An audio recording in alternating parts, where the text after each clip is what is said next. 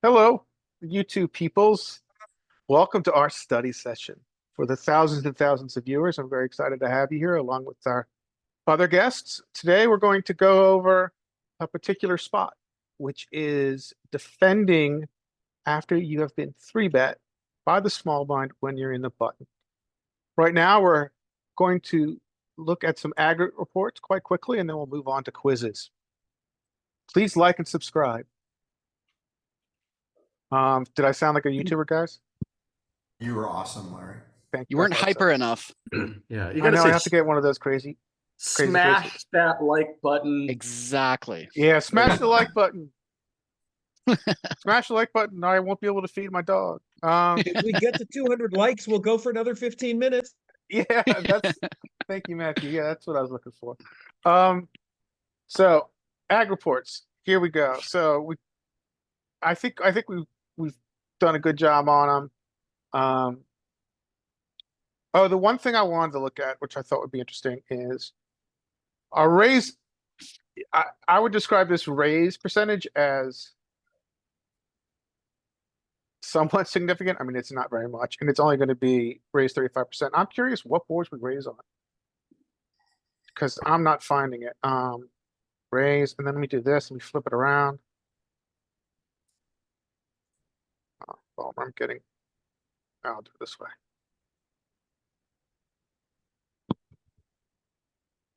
I'm wondering if it's like these weird. Yeah. So I think this is interesting. So it looks like the way I read this is that a straight's available, and we have the straight more.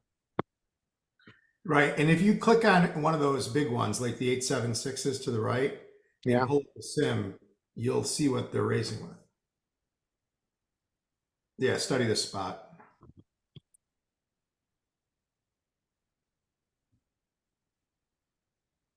Yeah. So massive part of range because there's a straight available. Not just the straights, across the whole range, because we're the only one with straights. And I would imagine if we go to ranges, hands, look at that straight advantage we have. Yeah. Dylan, three better has no straights. We have all the straights. So obviously this is a mistake.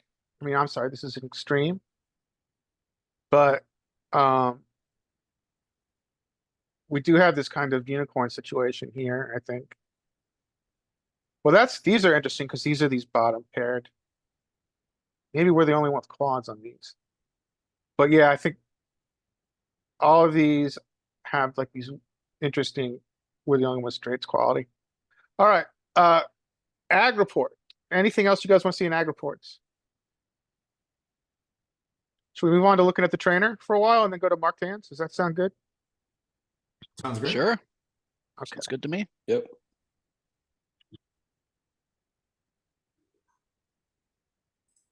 Let's get this out.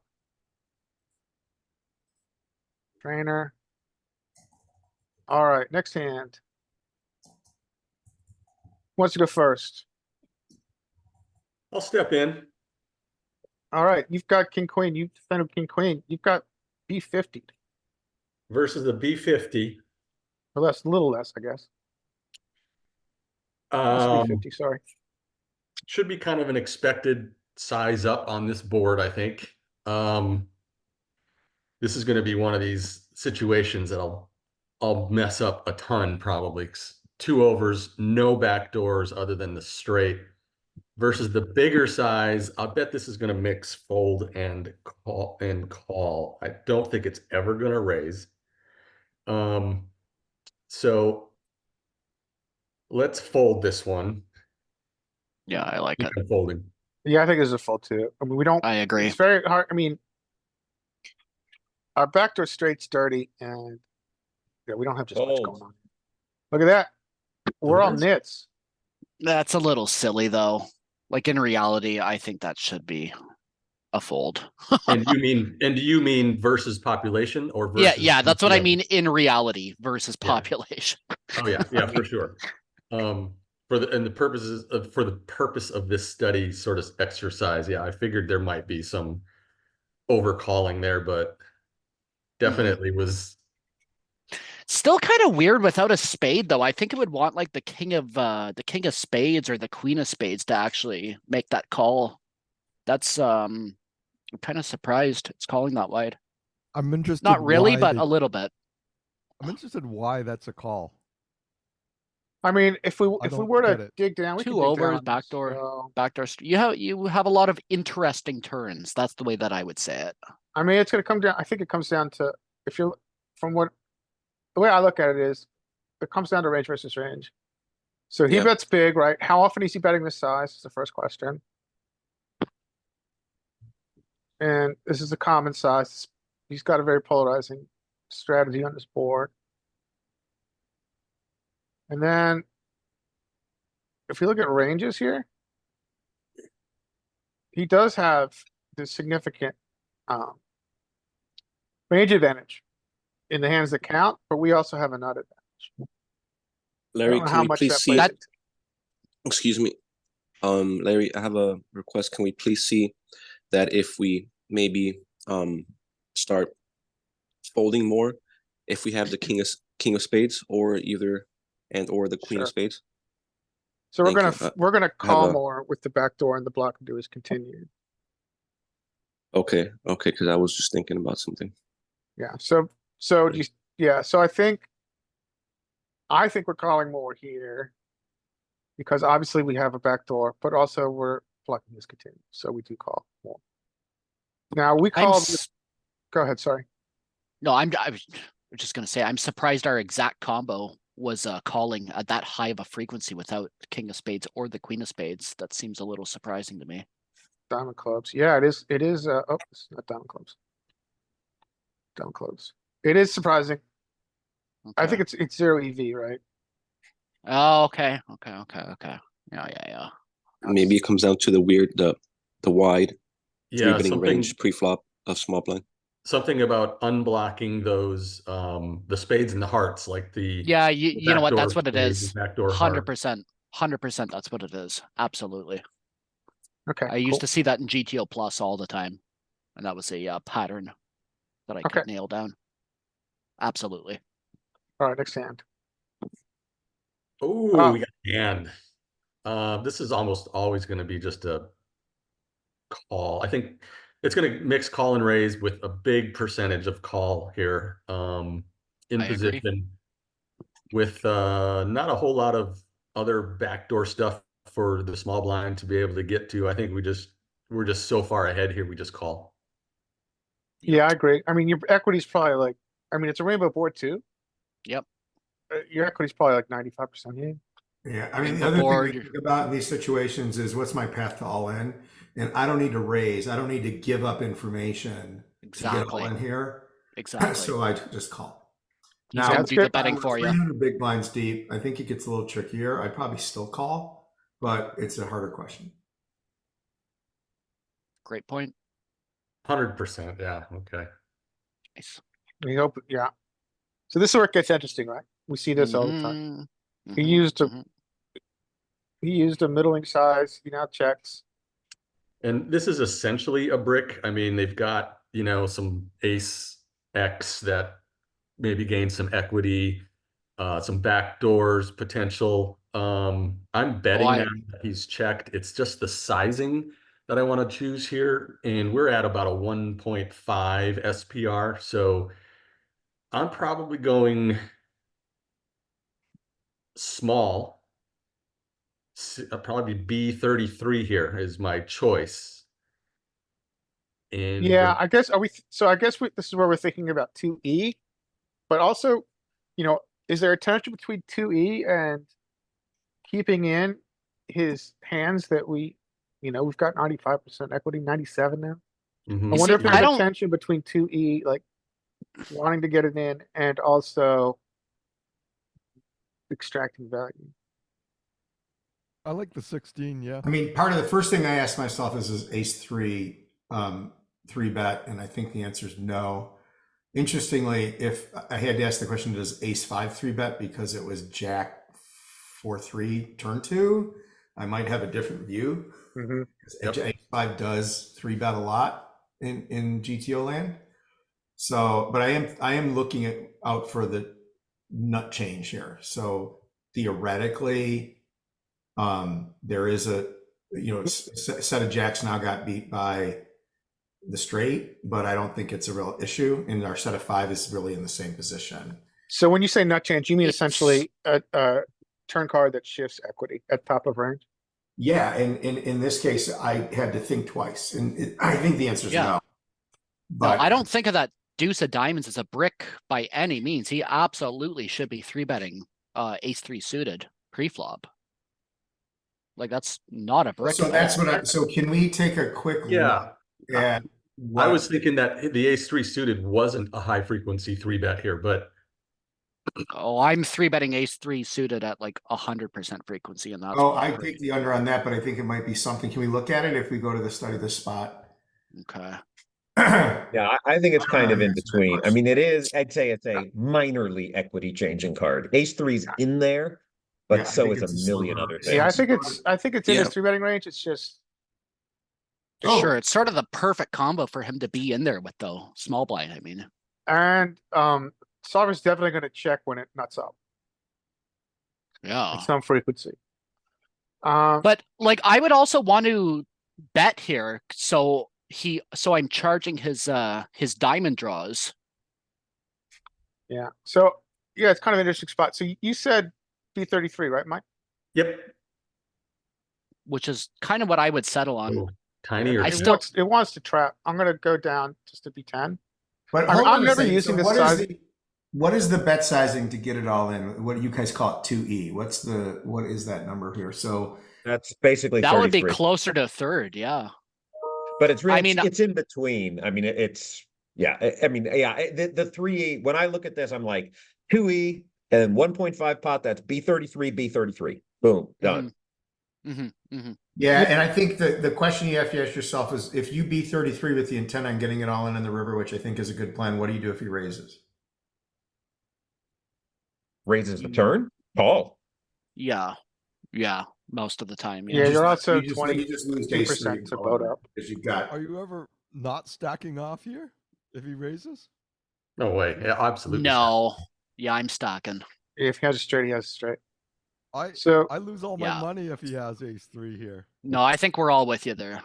so I think that what's happening here, and you guys tell me if I'm a nut job, is that, we're downsizing because we've got so much equity and we don't need protection that we want to keep him in. So the B33 isn't Mhm. being used because our hand is so good. I can see that. The only thing that you'd really hate to see is like a 3. Like So we're heat check. Like Here we even are. a third diamond coming in isn't really the end of the world, you know, it's just specifically a 3 where all of his ace X gets there. Yeah, I think we're at the top of range here. Well, the ace is at the top of range, which is interesting. This is us. Where do our sets come in? Sets, yeah. Yeah, we're Yeah, I mean, mixing. this is one where I think like the it's a little GTO noise. I just pulled up my 2E chart. The correct bet sizing for 2E is 29%. Mhm. So, you know, like Mhm. whatever. I mean, and the EV difference is so slight Same here. thing. It depends on the denomination of the chips you have if you're live. Yeah, that's Yeah. a good point. This is, Yeah. we're getting pretty, For sure. Yeah, snap call. It sorry, works I out did to it be the for you. same. Well played, Mike. All right, next one, Mike. It's all you, man.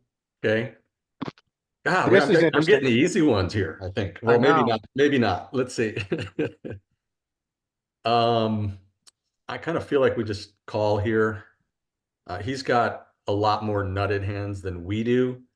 And if he doesn't, we're just super far ahead here. So I don't think we raise. I'm just calling this, Yep.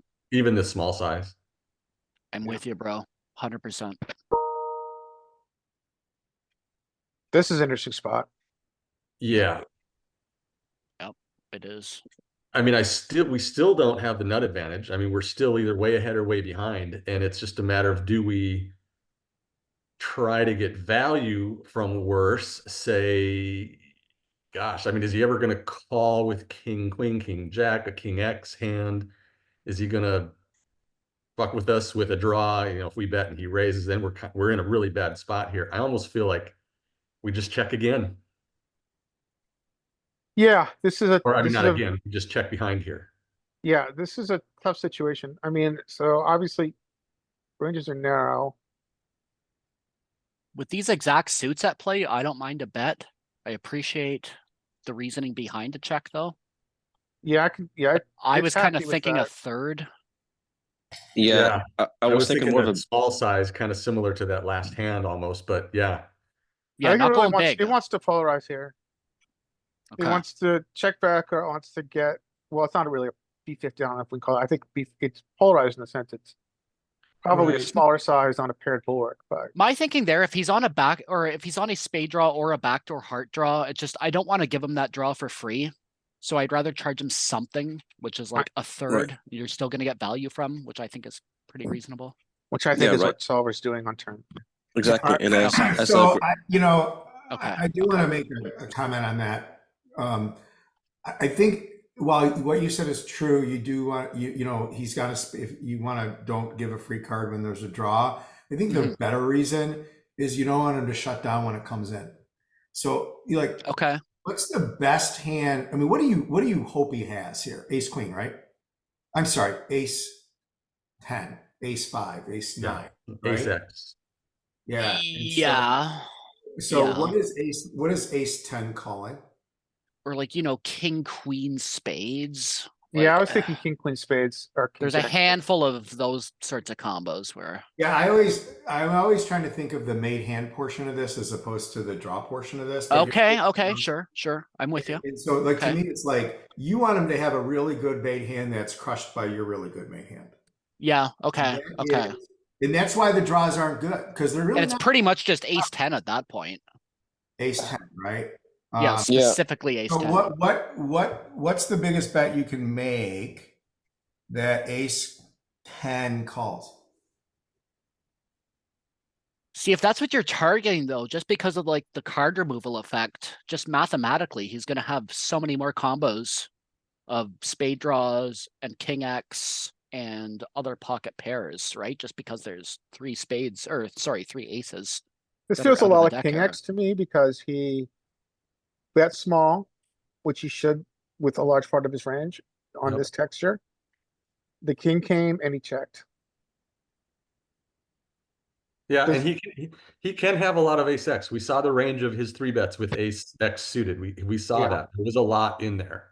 Oh, Yeah, he can so- also have a lot of like pocket tens, pocket jacks here, I think too. Yeah. Yeah, but what's the best about, what I'm saying is what is your dream hand? What's the best hand you want him to have? Well, You ace, hit it, ace 8-10. 10. Yeah, that's what I'm saying. So yeah, it's great if he has pocket jack, but the point is, I think, and then you go, okay, is it like remote? And the answer is no. I mean, he's 3-betting ace 10, he's 3-betting. It's a weird with the ace 5. That's a little scary. Yeah, the ace 5 specifically is scary, but Yeah. again, a lot of card removal effects going on here where you shouldn't need to worry Yeah. about that so much. if they had tender This is all jacks, to they say should that be I kinda checking like the the big bet. turn. What strong hands do you think small blind is even checking the turn with? Because I feel like he's kind of capped when he checks a turn here. Well, even as a pre-flop aggressor, because he should be betting. Well, yeah, I think He he's is got kind some of heavily traps. copped. He's got some traps but there's Ace- only one cop. Ace king, Ace king.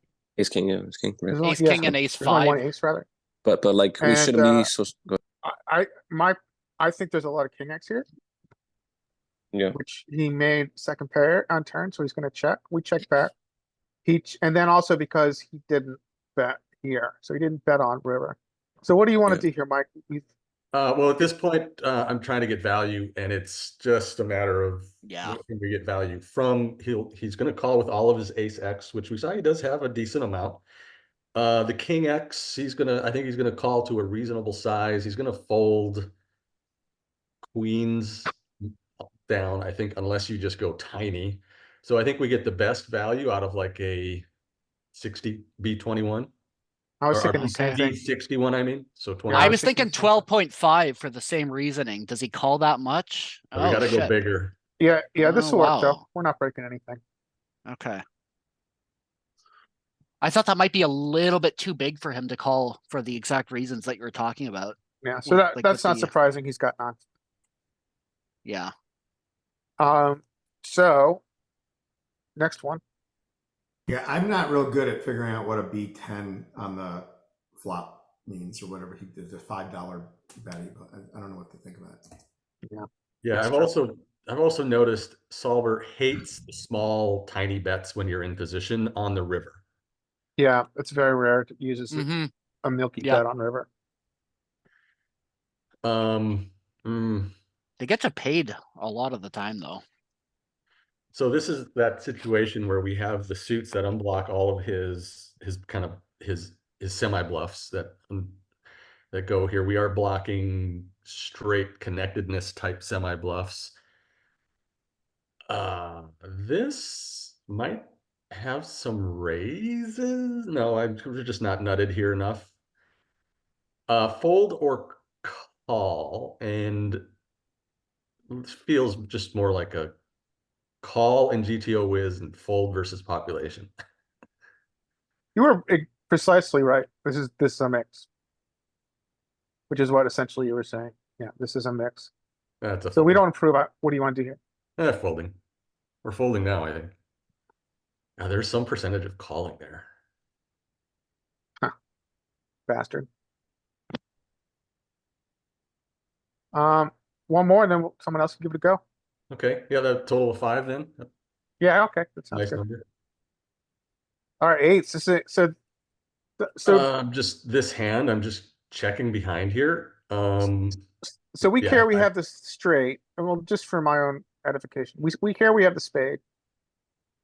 We also care that we have a middle pair above the 7 and 3, I assume. So yeah, I think this is a check back.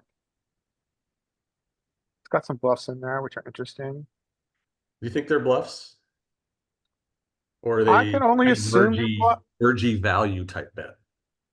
Yeah, good question. We'll look at it after. I think on an ace high flop, it's got to be bluffing, especially with the spade. But we'll look at equity.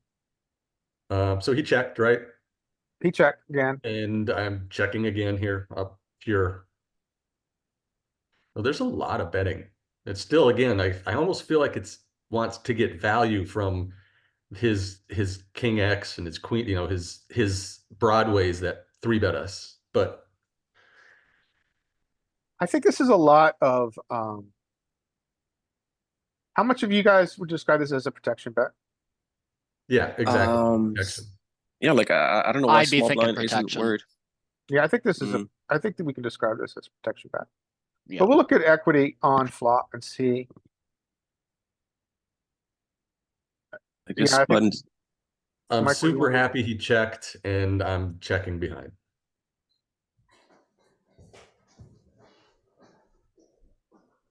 Yeah. So the question I think we had a question about, what do we Yeah. classify this flop C bet, which the eights like to do? We get the check here, right? It's turn. Okay, this is flop. He checks. We're here. And we've got this betting with these pairs all through. Let's just focus on the eights and let's look at the equity of this. Let's look at the equity of our combo. So that looks like a bluff to me. Just because of the equity. There's some rules around. I don't know if they're rules, but there's some guidelines around how equity correlates to value bet. And I think, are you guys in agreement this is at this equity level, we're looking at bluffs? So what are we targeting? We're targeting over pairs, I guess, right?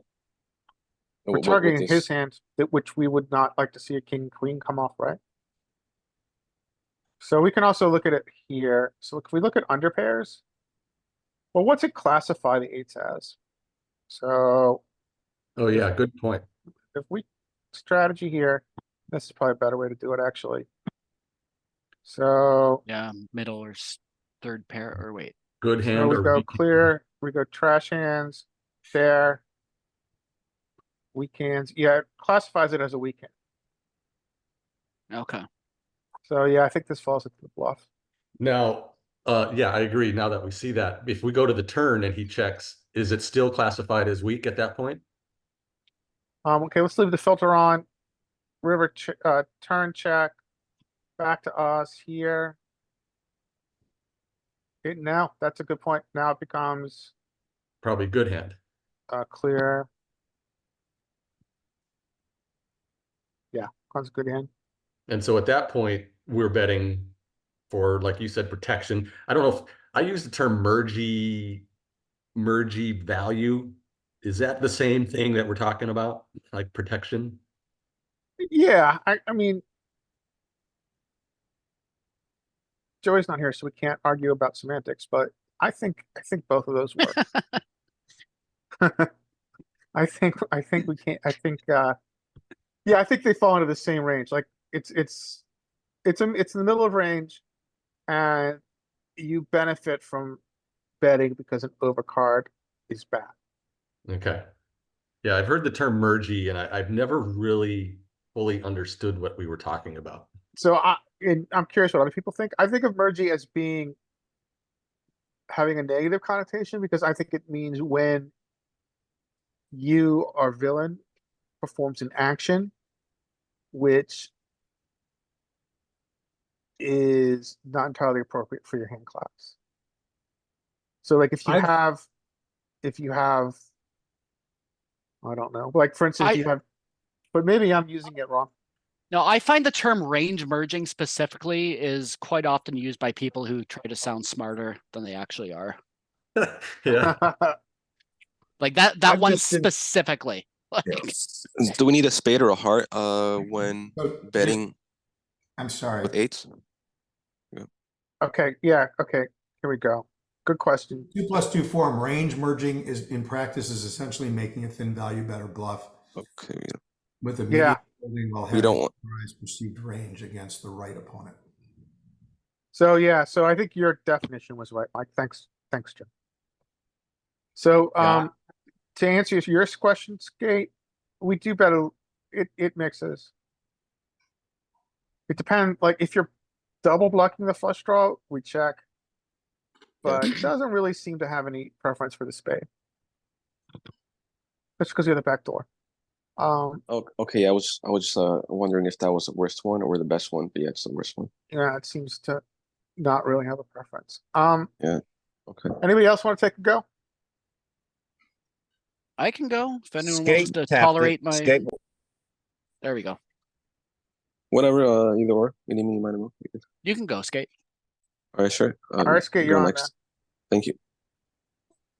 You got sixes. You do not get your ideal flop. He checks to you. I don't. Yeah, we're gonna check back. I don't think we have any much. Yeah, we're gonna check back here. We don't have much equity going. It mixes, yeah, and I think I mean, this is gonna be Nice. pure bluff here. Surprised that it bet so much. I guess because he's a pre-flop aggressor and he checked the flop. Maybe it's not a pure bluff because you got a backdoor straight, but on this monotone board, I would imagine it is. Okay, so sorry, these are all 3-bet pots, right? Button raises, small blind 3-bet. That's every Yeah, single yeah. thing we're looking at here. Okay, That's okay, correct. gotcha. That's correct. So this is a very interesting turn. Yeah, big time. You got 10 outs to the nuts on a 4 spade board. This is very interesting. Okay, and they check, checked. check. Yeah, I think we're gonna check. We're gonna. Yeah, we're gonna check 100. Oh, like almost always, or always. Check's fine. Wrong. So this is it's up to you, Skate. You've got like the worst one out in history for a turn set. Wow. Okay, I've never. I don't know if I've been in this spot before, but they check back to. Yeah, because like if they have any kind of spade and they call. I mean, do we even go big? I mean, we don't need to bluff, so it's going to be majority. I think Solver's going to have more of a check and less of those weird bets in there. Yeah, so check. Yeah, it's hard to know what's gonna call you that's worse if you bet. Right. And we're wrong. Wow. Now, this is again another question. Is this a, It's a bluff. yeah, this has gotta be a bluff. It's Well, a you're total just gonna bluff. push him off a chop, right? It It- seems weirder to do in position, Ah, though, yeah, doesn't I it? guess you're right, pushing up chop. I mean, I really like that out of position, but I think in position, more often than not, you can just check and chop it, I right? mean, you're just trying to win 12 blinds. I mean, Yeah, you're trying to get him off the chop. Josh is totally right. Yeah, and you get Okay. snap called by any spade. Well, I mean, I'm sorry, you have ace of diamonds, two of spades. What are you doing when the guy bets B75? Sorry, am I small blind or button with ace of diamonds, two You're of the small spades? blind, you just check to the button bets, and you're holding on the small blind, ace of hearts, two of spades. And how much does he bet? Pot. I hate my life and I probably fold. yeah. Yeah, I don't know if that's the best example though, because three betting from the small blind, you're never going to have a low spade, right? Ace three of, oh, you're Oh, gonna. I'll have ace deuce. I'll have ace deuce, ace three, ace four, ace five. I have all Yeah, but those those are all aces. suited. You'll never have an offsuit like low Oh. spade to like bluff catch with. Ace five offsuit. I will from the small blind. Well, I guess. I mean, yeah, I don't know. That, Ace five I think specifically, if I'll I'm treat that the same. big, I don't think I play it. I hear you. I kind of like that, to get him off a chop, hypothesis because, yeah, check flop, check turn. I think solver wants to, Yeah, by the way, the board blocks a lot of the spades at this point. And the double check. He's not trying to induce with a nut hand. He's gonna bet it. Yeah, Yeah, I think so. I think all that's right, a good point. this is more fun, Skate, this one. He just bet into you've got 90% equity. okay, I think we're gonna see a mix between calls and raises, and when it raises, it's gonna go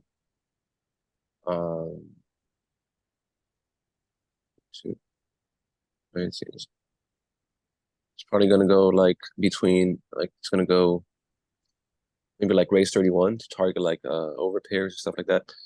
I'm gonna say mostly call and some raises. Mostly I'm- call. What do you want to do? Call or raise? I think I want to raise. All right, I'm gonna make an argument for call, and this is my argument. Mm. My argument is that you've got 95% equity, so you don't need protection. You do have some tension between wanting to get it all in. However, I think that you're gonna trap at a high frequency here. Yeah, I think on rainbow board, it's mandatory call. Thank you, that's good. Yeah, another good point is that it's a rainbow board. Right. But you might have some raises, so we'll go with the raise and see what happens. I shouldn't say mandatory. That's way too black and white. It'll be I think you're majority. gonna see a mix here, I, but d- I just say guess call, I'm but wrong. Oh, wow. You're Yeah, right. Well, why don't we look at something real quick? Do you guys want to look at what happens if this is a two-tone versus a rainbow if we have raises? Sure. Yes, absolutely. Is that Sure. is that too far into the weeds, or is that? No, no, no, not at all. no, yeah. I mean, I No, thought it would I mean, I'm pass- looking at this spot and thinking, I want to get it all in. What's the best way for me to get it all in? I don't need to raise on the flop. I'm just Yep. gonna call here and see what Yep. happens next turn. Yeah, so Yeah.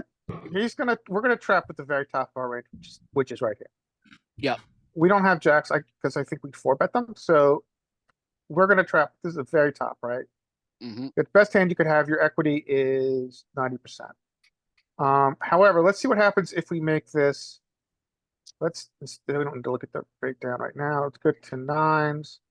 Let's see what happens if we make this two-tone. Are we then at some ways motivated to raise? So right now our raise is I think 30 it definitely increases the raise So frequency. it increases a little bit, Still right? mostly a call, May- but you're gonna see a mix, right? Yeah, now we mix. When it's two-tone, we mix.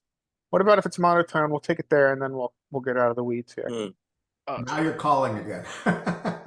Sorry, Yeah, what were the frequency differences? I didn't really catch that. Not a I'm lot. sorry, It's a was I going very fast? Yeah, a little bit.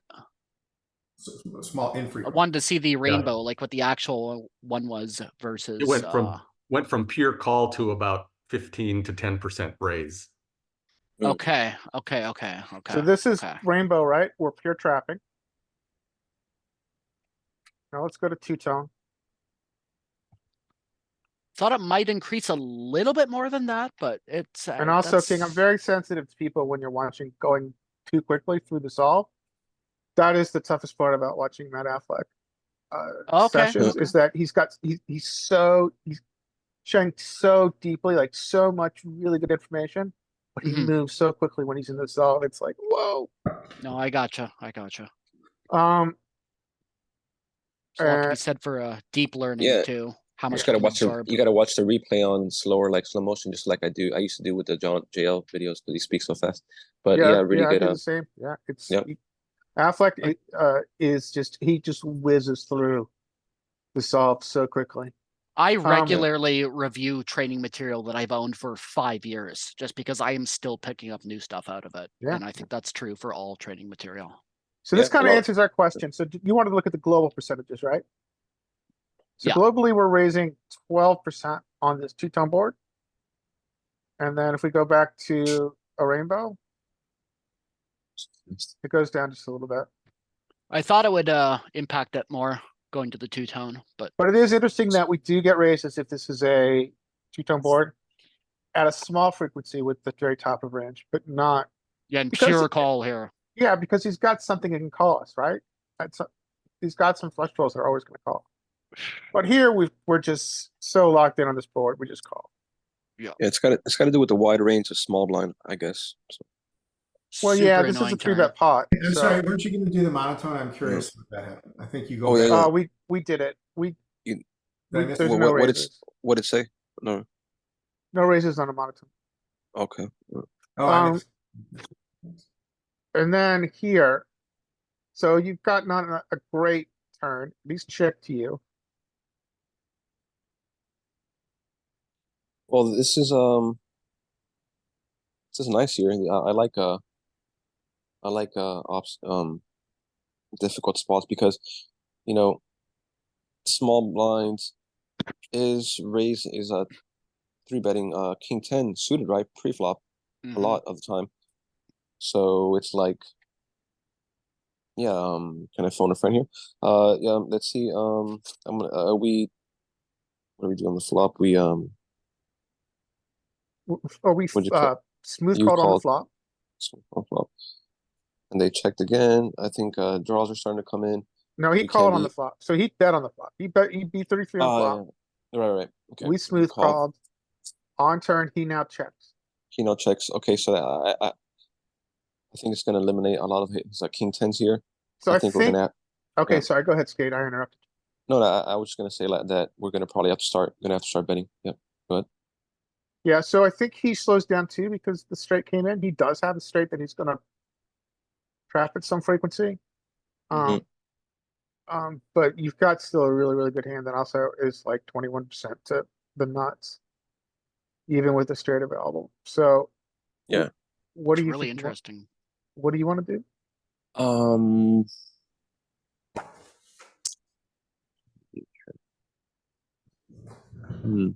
Gonna be trapping with king 10. And then, but do we want to give him a free card here? This is nice. Okay. Yeah, like I said, I don't think we want to be too worried about just like one particular hand or like four combos, right? King 10 suited. So let's go ahead and bet. And we're gonna bet maybe on like 50%, I guess. Yeah, you I really nailed like it, your man. thought process. I really, really like your thought process there, Skate. I was Thank you. basically going through the same thing in my mind. Yes. So he calls.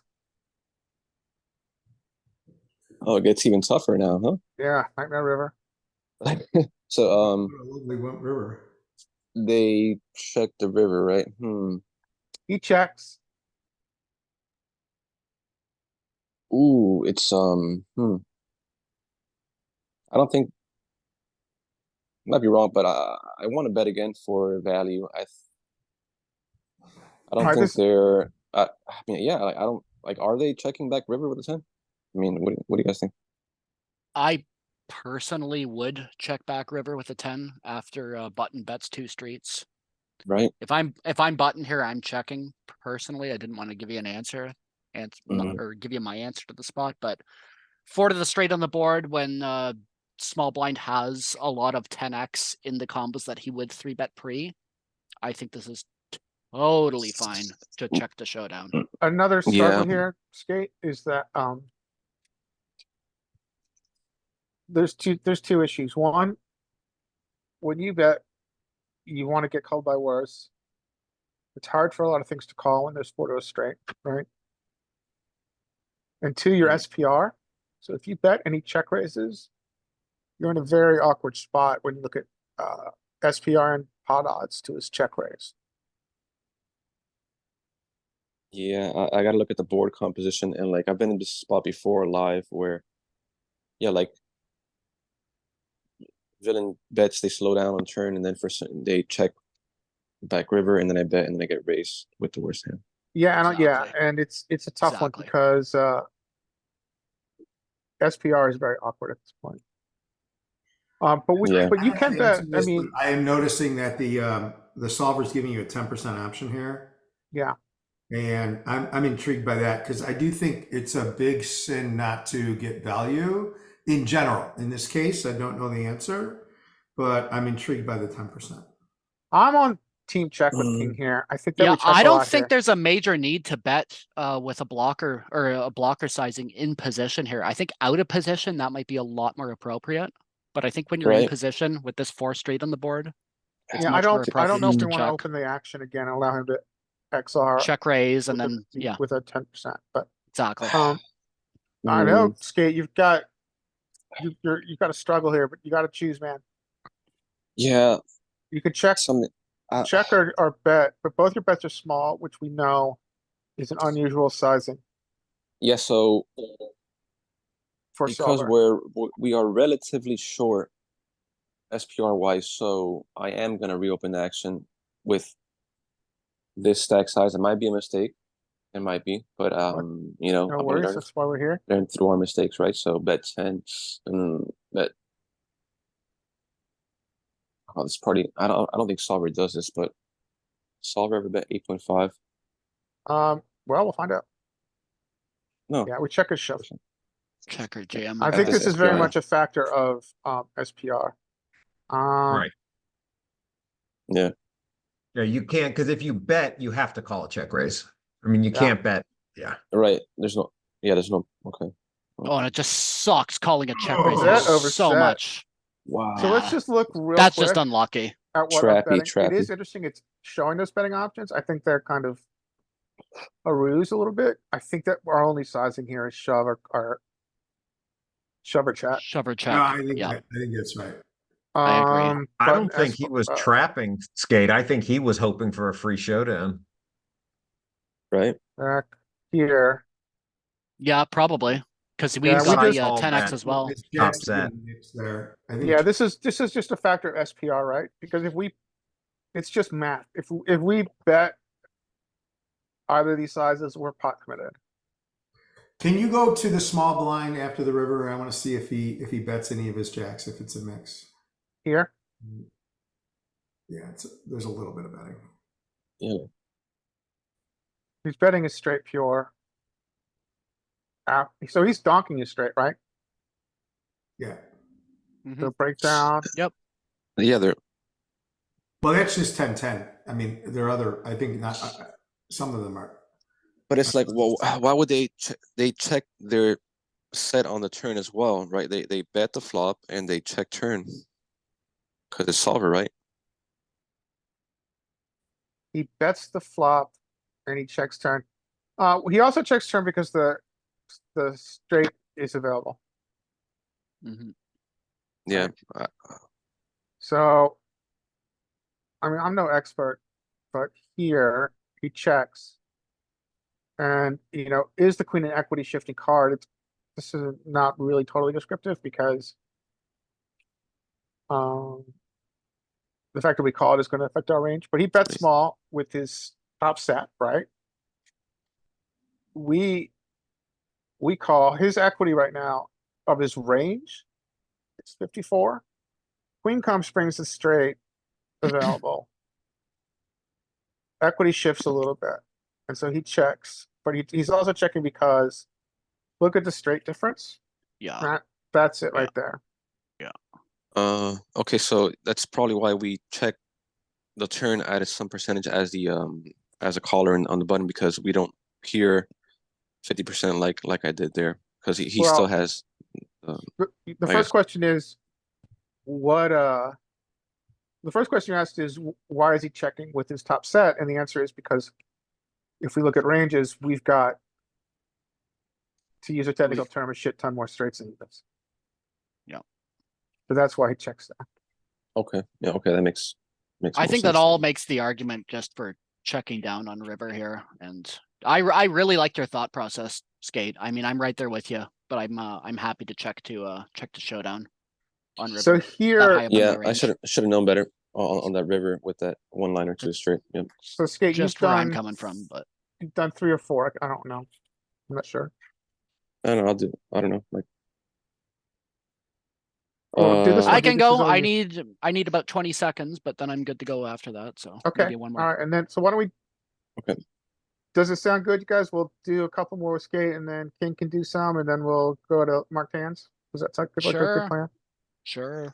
All right, maybe we'll take a break in there someplace. Okay, I'll be right back. All right, Skate, so you have this flop. This flop is, Yep. it's good for you as the 3-bet caller. No spoilers. Sorry. No, it is, but So, but you've got a hand that doesn't really connect. This is a very interesting situation. yeah, it is, but with all that being said, we still have ace high and we have showdown, so we're gonna, I think, almost always check.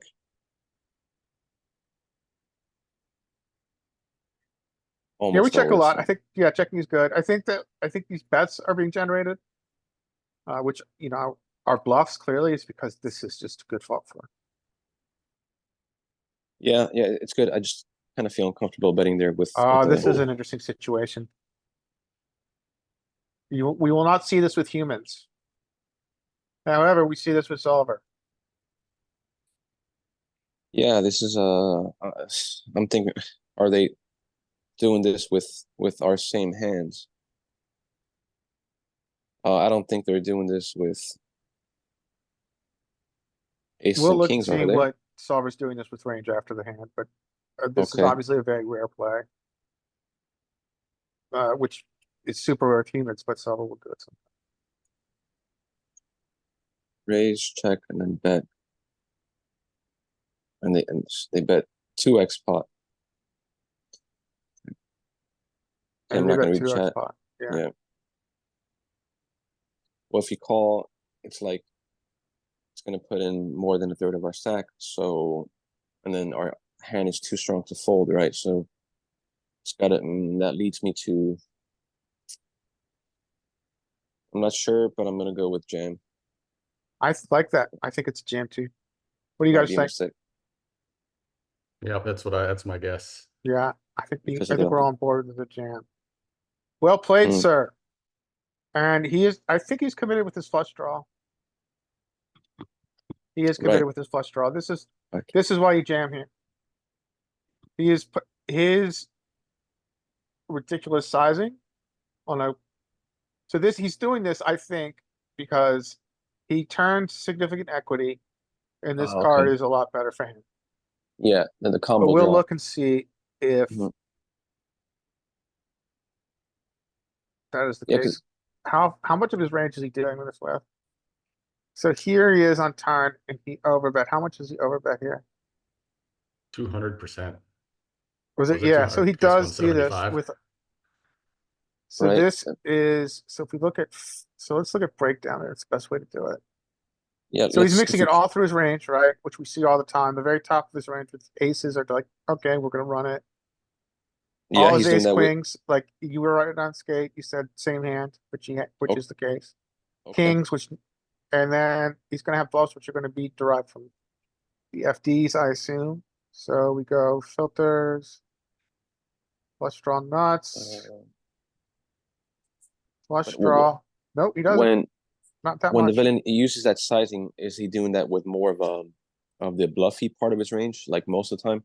Is my thinking, and not so much with the You know value what side he- of his range.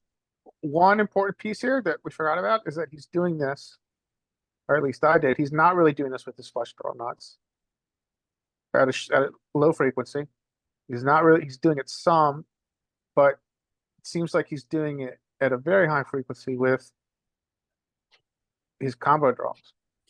Here. And this was a combo draw. Yeah.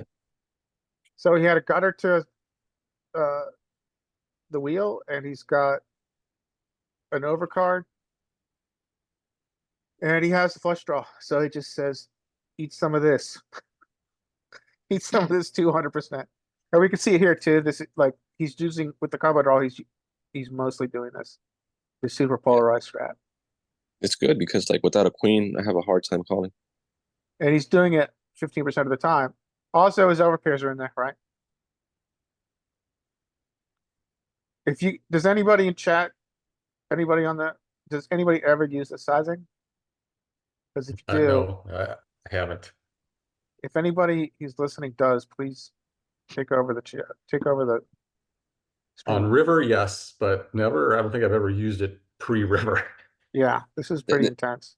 This is something that I've wanted to like incorporate more in my game, but I don't know exactly how to. Or but now like it's coming more like small blind versus button, I guess.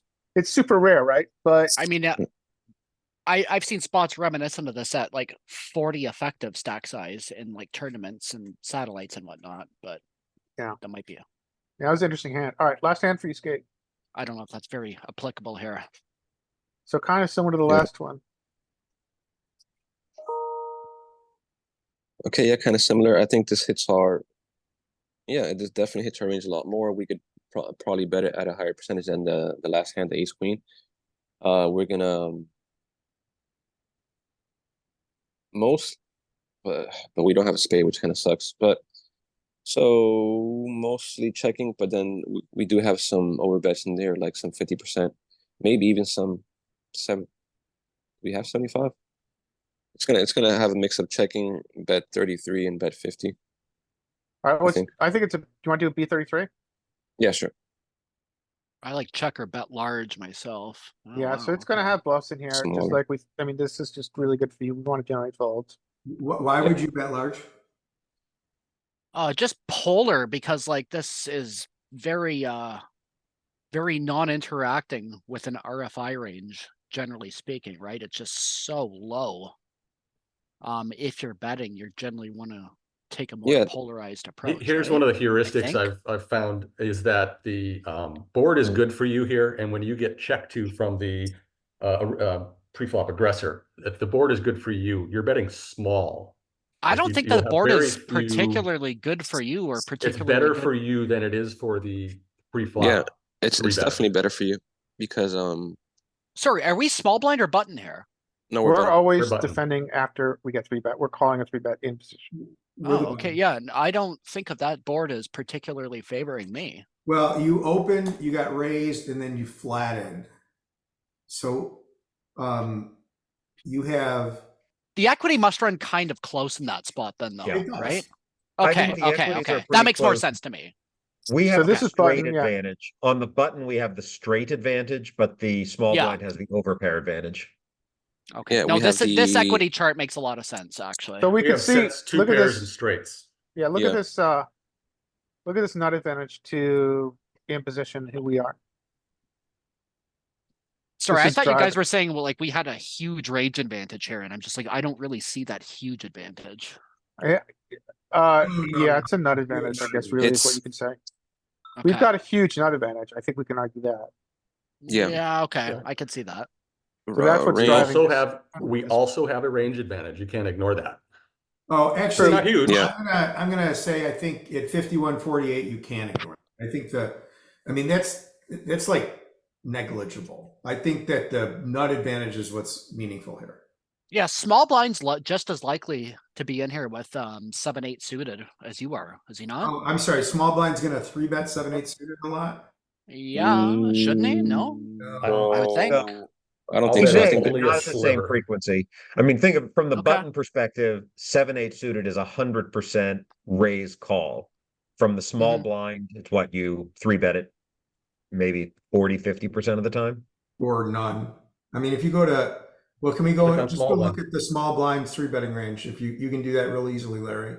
Just, yeah, I think it's gonna be like suited Broadway and some ace wheel, king queen suited, I guess. Okay. I thought it had a lot of these suited so connector. what I've Oh. noticed is a lot of times, and this is not a good example of that, that you're gonna get some 3-bets from suited gappers, but the suited connectors are gonna just flat. I'm No, sorry. this range is a lot tighter than I was expecting to begin with, so I hear you. You'll see, you're gonna get it in the big blind more than you will the small blind, because small blind's gonna be a little Yep. bit more linear, much more linear Okay. than a big blind. I can see that. Yeah, Yeah, that's a good way to put. Let's I'm just with look at ya. that real quick. That's a very good point Mike makes.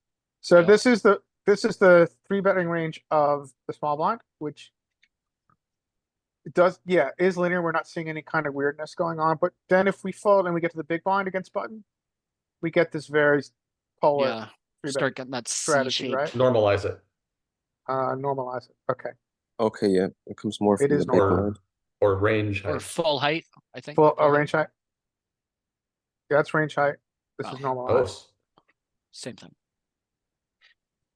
Oh, right, yes, that's right, yeah. Yeah, so yeah, we see this very polar strat, which we don't Mhm. have in the small blind. And that's obviously because someone's gonna act behind us, so.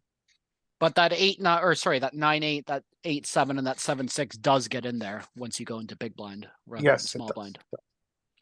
All right, I think we're on to king, is that right? Sure.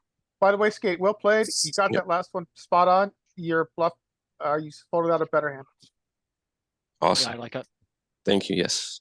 All right, king, you're in. Sweet. How's that for a flop? Nice start. Yeah, okay. I'm gonna bet small with these sizing options. I want to bet like very small to keep my villain in. So I'm thinking 20%, bet 5. Okay. B20, cool. Yeah, role play. I'm gonna trap here, probably too much. I don't know what you guys do. I trap. I If that- probably have a little bit of a trap. If fetish. this I is trap a too much. similar texture and the high card is a 9 or an 8, I am much more inclined to trap. I think this is sort of like the cutoff where it gets into that, you know. It'll be that- interesting to see if we trap more on a rainbow board. I think we do. I think we've already seen that heuristic before. Yeah, but, yeah, for sure. Definitely would. All right, so I mean, I think that you're running a real risk that he's shutting down if you don't start trying to get value here. Oh, Yeah. for crying out loud, you Yeah. flop the nuts and get check raised. Yeah, So, so what he's check raising with here, that it's like I'm thinking towards, okay, because obviously you've got the nut straight here. He's probably check raising a lot of 2 spade combos. Now, I've actually had a question about this recently. If you assume that villains like check raising here with 2 spade combos, is it better to just get it all in right now and deny his drawing equity, or do you want to call and like risk another spade peeling off here and then having to basically be on the defensive on later streets, right? I would be more inclined to just get it in right here because I'm thinking he's sitting on pocket 6s, pocket 7s, that, or like a nutted spade draw. so you have like, so the way I look at this, and this heuristic could be off base, guys, let me know, is that one of the beautiful things about this kind of straight is that you're unblocking all his value, right?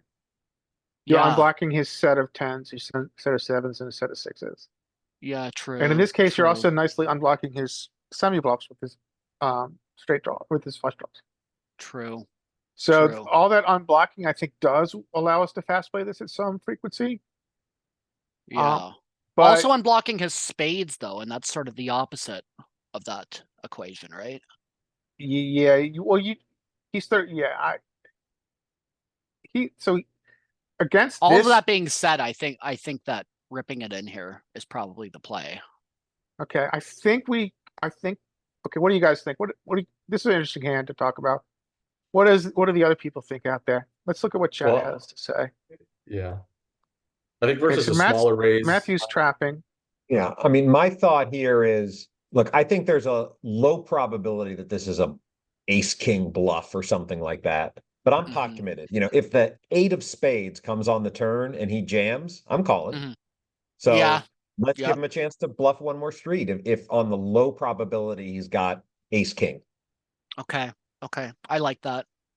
I was just kind of thinking like allowing him a very favorable turn card and then having to be on the defensive on the turn. I was just trying to eliminate that factor or eliminate that from the equation. Right. Um, I guess at this stack depth, I'm like, yeah, defense, fuck it. I'm just calling no matter what. So doesn't matter. same. To me, it's indifferent. Okay. It's like it doesn't matter what happens. Like, yeah, I'm on the same boat. Shove. Okay. Okay. I think we slow play this to this sizing. Essentially he's Okay. saying he has a set of tens. Or he has aces with the ace of spades. Yeah, most likely you can call and he's gonna have tens, sevens, or sixes, all sets here. But and it's but gonna play I, out the same. I bet it, So, I think sometimes what happens in solver is that when we've got above 90% equity, we're gonna have a lot of options because we profit from different parts of his ranges. So Yeah, what, no, absolutely. so what do you think, King? What do you want to do? Hey, before you do okay. that, can I make a time? So, Yeah. I mean, does he have full frequency sixes and sevens or even No. tens? no way. I Tens, wouldn't think yes. it's full frequency. I Yeah, think good he has point, more the Mike, good sevens, point. right? I think he does not have sixes. I think he has sliver of sevens. Maybe I'm wrong. I I think he think the has all the sixes and tens. sevens are largely the Well, do you same. think tens three bets a lot? Yes, I think it's full Yeah. frequency three bet, and sixes and sevens are going to be a very small frequency of three bet, if Yeah, at all. it probably starts at nines up, and then yeah, like yeah, I think. Yeah. That's a Yeah, good I'm gonna point. And park the other that. point is that, he shouldn't fast play his tens. Often because he's blocking your continue. Yeah, he's just so nutted. But it's Is up to you, full man. What do you want frequency to, what do you better want to? than Okay, these so three? I'm gonna call here. My first instinct was to rip it. I definitely would be calling at some frequency though, and I think after discussing it, that is the better option. Yeah, I think that we Mm. want, I mean, yeah, I think that's the play here. Yep. Now, Yeah. this is a tough one. Okay, do I even have to answer here? Yeah, let's just go through the motions here. So before Only- you you're do only that, winning before you do 125 that, chips. before you hit showdown, Give what me does a he tough have? one. Okay, yeah, good question. Well, we I don't think know. he's, yeah, I mean, It's- let's go through what his range is. That's an excellent question. So I Pocket think, tens, pocket sevens, pocket sixes. I don't think he plays tens this way. I don't think he has any reason to play tens this fast. Yeah, you're I probably think this right. is gonna be, Suited. aces. I think this is aces and kings, and I think this is smattering of ace 10, and I think that this is gonna be some front door spade draw. Yeah, But also, sevens, yeah, ace- sixes, ace X and spade, ace X of Ace, spades. ace king of spades, ace queen of spades. Definitely. I don't. You think I don't he's think doing he that? raises those at much. I'm I think gonna he's say going to raise that more he's- of his combo draws, like Yeah. Doing this king Yeah. nine, ace nine, ace That's a good eight. point. I think the It's combo gonna be draws. the set. Yeah, and we saw that in the last hand too, didn't we? That he was the solver was hyper aggressive with the combo draws. Yeah, Mike's got a good point. This might be this might be a flush draw with a gutter. I think Yeah, it's I gonna think be this- sevens or I think sixes here. I'm on team Mike. I think it's still flush draw with a gutter. Or Like an ace high overpair. flush. Yeah. Up, top. What? That's just silly. Uh, That's Wow. I don't know. yeah. That's kind of ridiculous. all right, next, should we go to the next hand? Leave some time for Mark hands here. Sure. That but, surprises like, me. I bet You're it's a having a small, good day a at very the, small racetrack here. frequency. I think you have to Mm. take that with a grain of salt, honestly. That one was kind of silly. I think I think that you should buy a lottery ticket today. King. Yeah. Yeah, okay. I think it's pretty obvious just call here. I don't think there's any reason to raise. Agreed. Obviously not folding. Yeah, I don't think we Obviously. ever are, I think, yeah, I don't think we raise in position with 95% equity. It's just so dry. I'm like, what's he betting into here? You know? That So the very question now much- becomes, so this is where it gets interesting, right? So Yeah. he does not 3-bet 10, any straight draws, any straights. 10 so- 7 suited, does he 3-bet? No, it doesn't, No? that's not in range. So, Okay, you're definitely good then. so you wanna you've be- got 90-10% equity. He polarized insanely on flop, and now he's shut down. Yeah. So, I mean, it's pretty clear you're very, very strong here compared to whatever he's holding.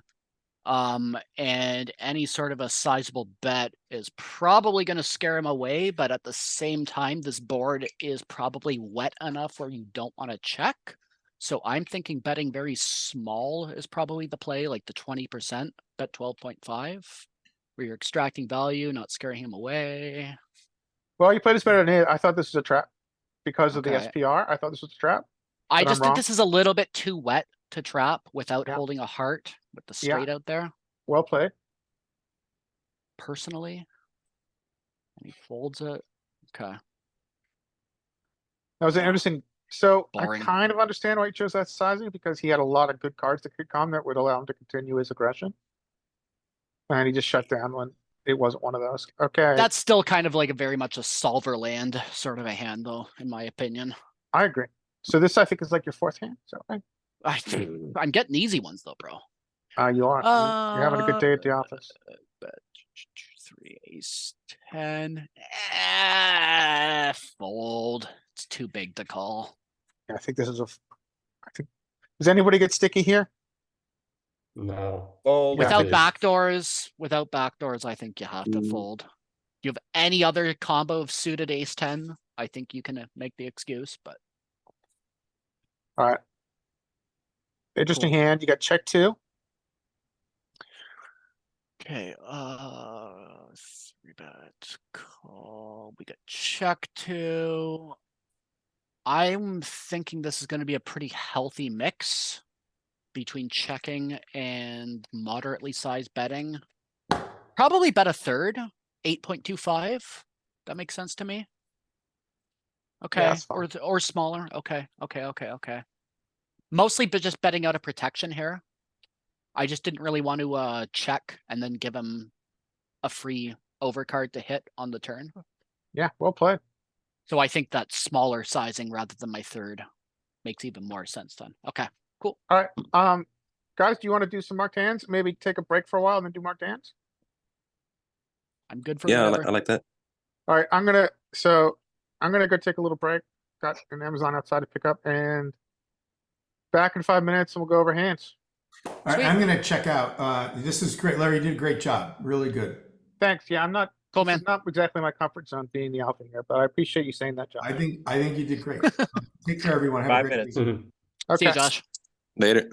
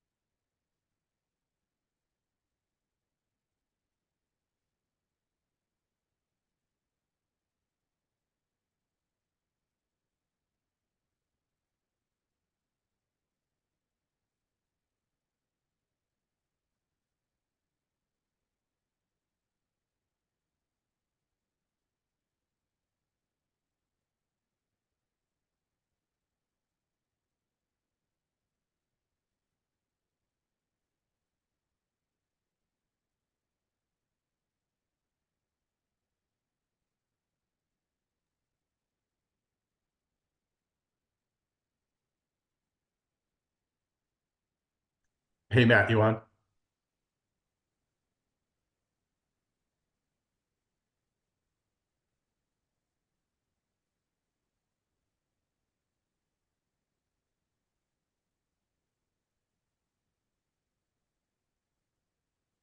Matt, are you back? Oh, yeah, I'm back. Was that me? Hey, Matt. Yeah. Hey, so yeah, I just did a quick threw that in there, and you were right. You don't fold. Well, to a big raise, you're mixing folds without the spade on the 2-8 hands. But it's mostly not folding. I thought maybe you would start folding the 8s without a spade. I'm talking about the last hand that we reviewed in the wizard. Yeah. Sorry, I'm looking at it. I'm not sure. The pair of the over pair of 8s on 7-4 deuce. Yeah. Yeah, I think that might be a solver versus real world. If I got a big action, they wanted to throw in all the money on this, I'm not calling down with 8s. I was a little surprised to see solver likes to basically they want to re-raise. And it takes a raise size. Like even so, if they raise, if we bet 50 half pot there, and they raise to 40. So if we bet 12 and a half, which would have been half pot, and they raise to 40, it's got a sliver of folds without the spade, and it just gets a little bit more foldy when the raise size goes up until they get to all in, and then it's even likes 8s without a spade 75% of the time on an all in. Yeah, not me. Not against population, because I don't think that's solver. No. Solver sees more bluffs than happen in real life. Yeah, for sure. Hey, guys. Hello. We got your first Scotty mention. Oh, good. Titan said, thanks, Scotty. Titan may not You're have been here welcome. when we were joking about it. You're welcome, LV. All right, Matt, you got a hand, right? Yeah, I got a couple of hands. This is the one I just posted is the, full pre-flop to river with all decisions. Then I've got a couple that are just sort of one street decisions. So I don't know whichever one you want to start with. Okay, we'll start here. Why don't we go around like a hand each, and we'll just go around the horn a couple times. Okay. So I'll share your hand here. Your hands are always interesting. No pressure. So you're playing. Go ahead. Sorry. I think this was an interesting hand. We're playing 5-5 live at the Glorious Commerce Casino, and I haven't. So the LoJack, who's the primary villain here, had a big stack before I got to the table. I have not seen him get out of line, and generally, I think he's playing tight and aggressively. I tag him as a good player, but I really don't know. All of these reads based on a couple hours. Like it's easy to tell when somebody makes one donkey move, then you know they're not a great player. So this person hasn't made any terrible moves, so I'm calling him a good player. And you're deep. You're really deep here. You're 255. 250 Yeah, we're big blinds. unusually deep. I posted this hand on the Discord, and I jokingly said, yeah, read my upcoming book. My secret strategy for accumulating a big stack in cash games is flop the nut flush against the second nut flush. Follow me for more tips. So, all right, action. So is this the normal raise size for this game? Yep. So you got 2 flatters. Okay, so first question decision's I pretty would easy. ask is what is the squeeze size here that you guys think? So 120. got a 4x, right? So normal squeeze size to a 2x is like 15 here, 14. But to a 4x, how many big blinds are you guys going? Yeah, 120. I was going 120. Yeah, 120 chips. How many big blinds is that? 5. This is all in big 25. blinds here. So yeah, 120 big blinds. Yeah. This would be my raise, 120. Okay, 120 Yeah. bucks. So let's Yeah. see what Our hero does. You guys are mind melding. Oh, beautiful. I love it. So what I'm Um, thinking here is I just want to get by the low jack and and then we'll go all in with one of the bad callers and they'll have their whatever pocket tens and we'll flip and see what happens. Yeah. So this is great like play, 29 big blinds, right? Okay. I guess. Yeah. Yeah, 25 is $100. Yeah, okay, so 20. Oh, I'm confused. This is not in big blinds? No, this is Th- chips. this is cash chips, dollars money. That's what confused me. The tall order cash money. for this. So we got big caveman brain. blinds. These are really hard to read, but it's big blind, so it's essentially it reads as 276 big blinds, and that's $1,380. Yeah. Okay, so you go to essentially like 29. Nice. He makes a 4-bet to your squeeze. This is getting interesting. Dead money's out. Sure. Back to you. Now So, we've got our first real decision. question to you guys. Because I don't play this deep and I don't know, and I'm curious. I'm trying to get more comfortable with deep play. So his 4-bet size was essentially a 2.5, right? So 122.40, a little bit, yeah, 2.5.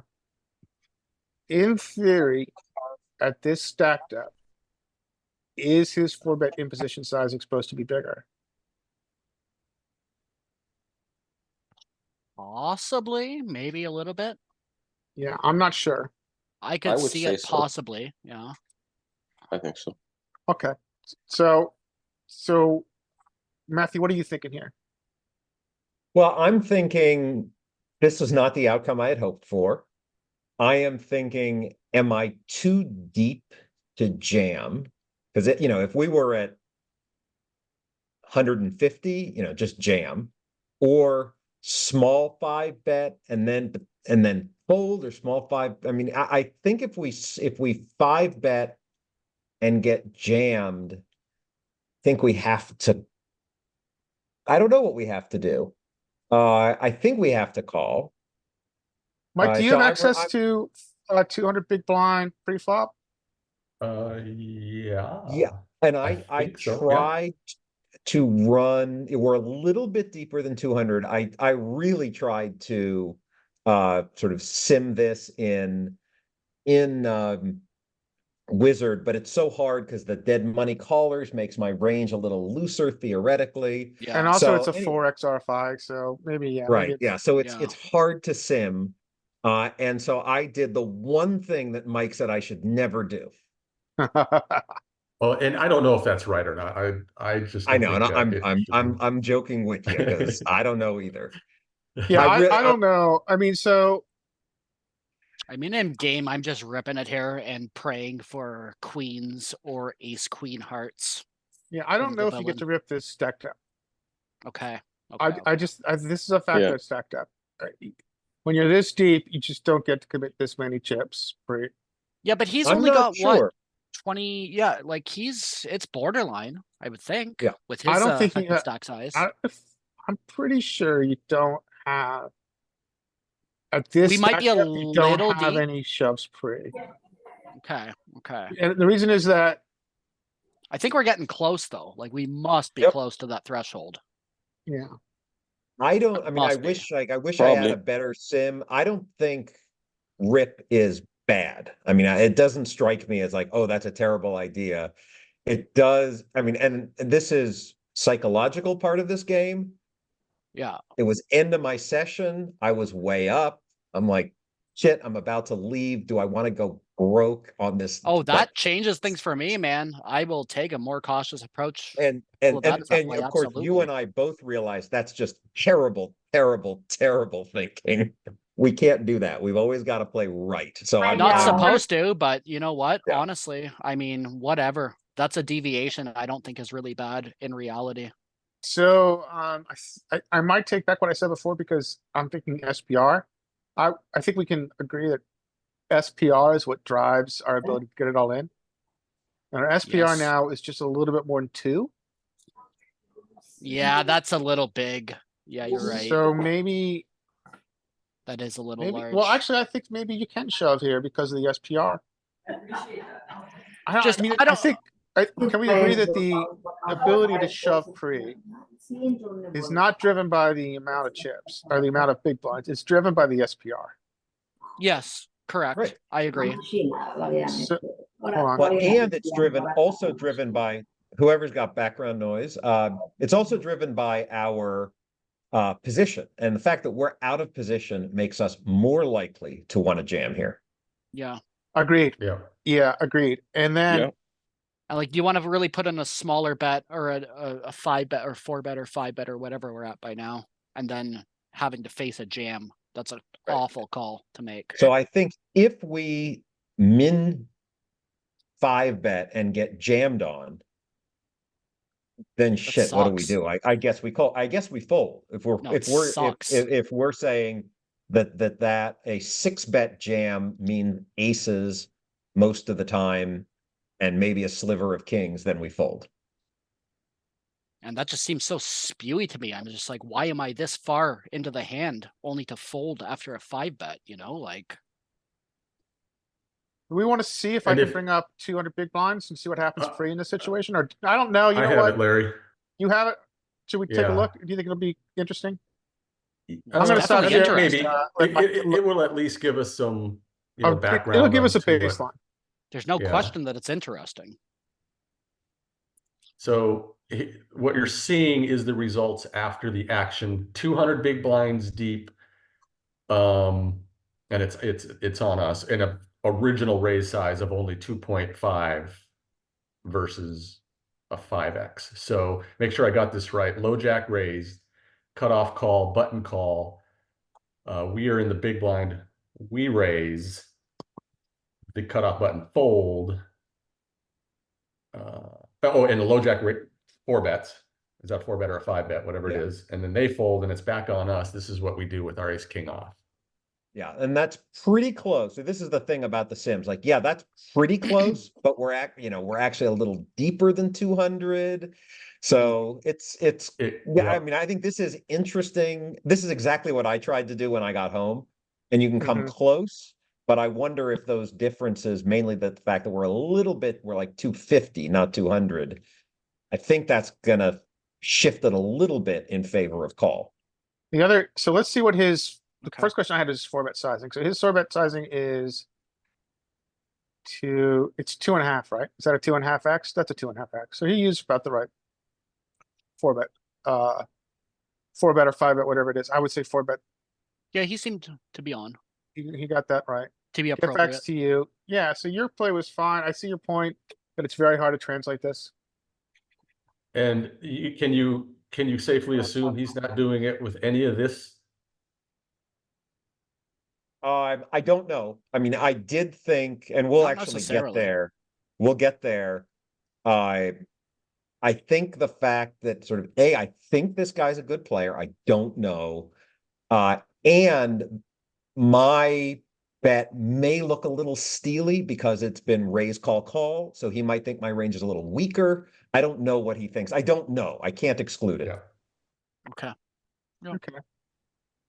So I think also what's interesting with this strat is how our ace king is our primary shove.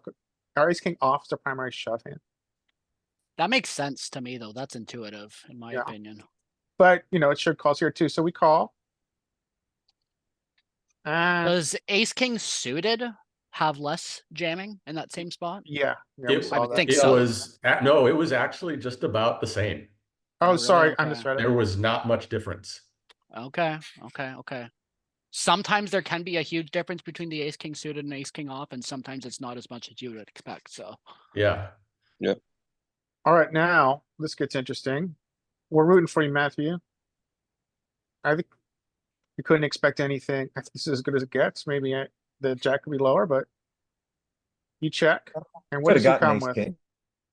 So what's your SPR's at? So your SPR is getting kind of to the ridiculous space here.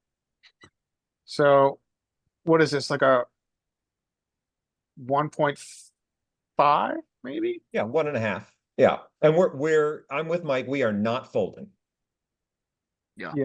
So we get, so he bets what? He bets 645. For six, that's a third. So he ish. bets like a That's a third, third. right? Little more than a third. A little more than a Yep. third. 40%. I'm assuming you call. I think that's probably the right thing to do. Okay. King, please. No. Okay. Great card. So I'm check. thrilled with that card. Yeah. I mean, it's a blank, whatever. Yep, exactly. Yeah. Yeah, that's Changes fine. nothing. Now, so it goes check, check. All right, now it gets interesting. Okay. What do you, let's ask the group what they would do here. So this is a tough situation. You guys essentially have. So SPR now is at Ace, point, ace, four, point four. 6 or something like that. So you could easily play for stacks if you wanted to here. But what's in his 4 betting range to your squeeze? And then what does he go check, check? This seems Dude, like a he's very got different ace spot. jack. I mean, you're blocking it, but ace jack is in there, and that would sort of be a perfect combo for him to stack off with, right? So he's gonna, okay, he could bluff 4-bet ace jack suited. But I would argue Yeah. that that is pretty aggressive Okay, sure. after sure. he, Pocket um, jacks is in there, pocket nines is in there. That just bowed it up. he chose to 4-bet, 4-bet our hero Matthew. And he chose to 4-bet our hero Matthew with 2 people yet to act, Okay, sure. right? Because he had sure, flats sure. behind. Okay. But I'm not saying it's outside of his range. I'm just saying it would be aggressive. I mean, he's still got king, king, still got queen, queen. Yeah, he still has king, king, king, king. So I guess does this really come down to? It's the end of the night. More than our stacks in the middle. I want to reduce my variance, or does it come down to I need to get value here?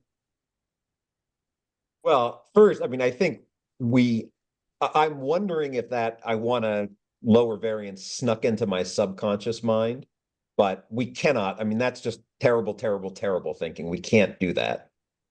So I'm just thinking, okay, what is LoJack's range here? And then what's the best play? So I think obviously he's got a lot of ace king. Well, that doesn't matter. He's got, could have aces, one combo, could have ace jack, could have jacks, could have kings, could have queens. And that gets to your earlier question. Does he do those 4-bet bluffs with ace 4 suited, ace 5 suited? And I might maybe have a sliver of king queen suited here. So against that sort of range, what do we do? Tiny bet, get called by king, king, and win. That's my thinking.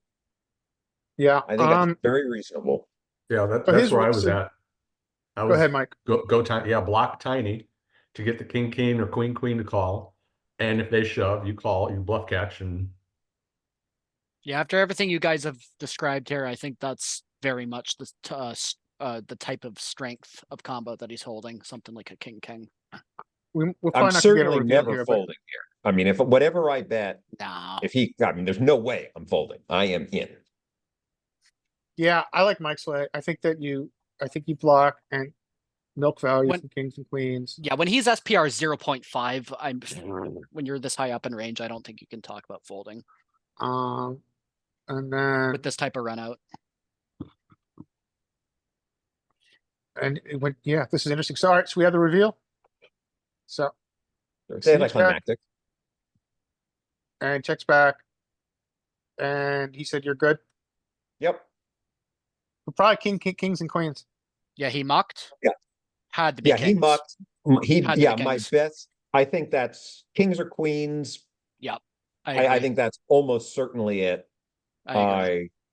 And if we knew it was kings or queens, is it better to let him have a chance to bluff or do the block bet? I don't know. I Nah, think just- that this is super close.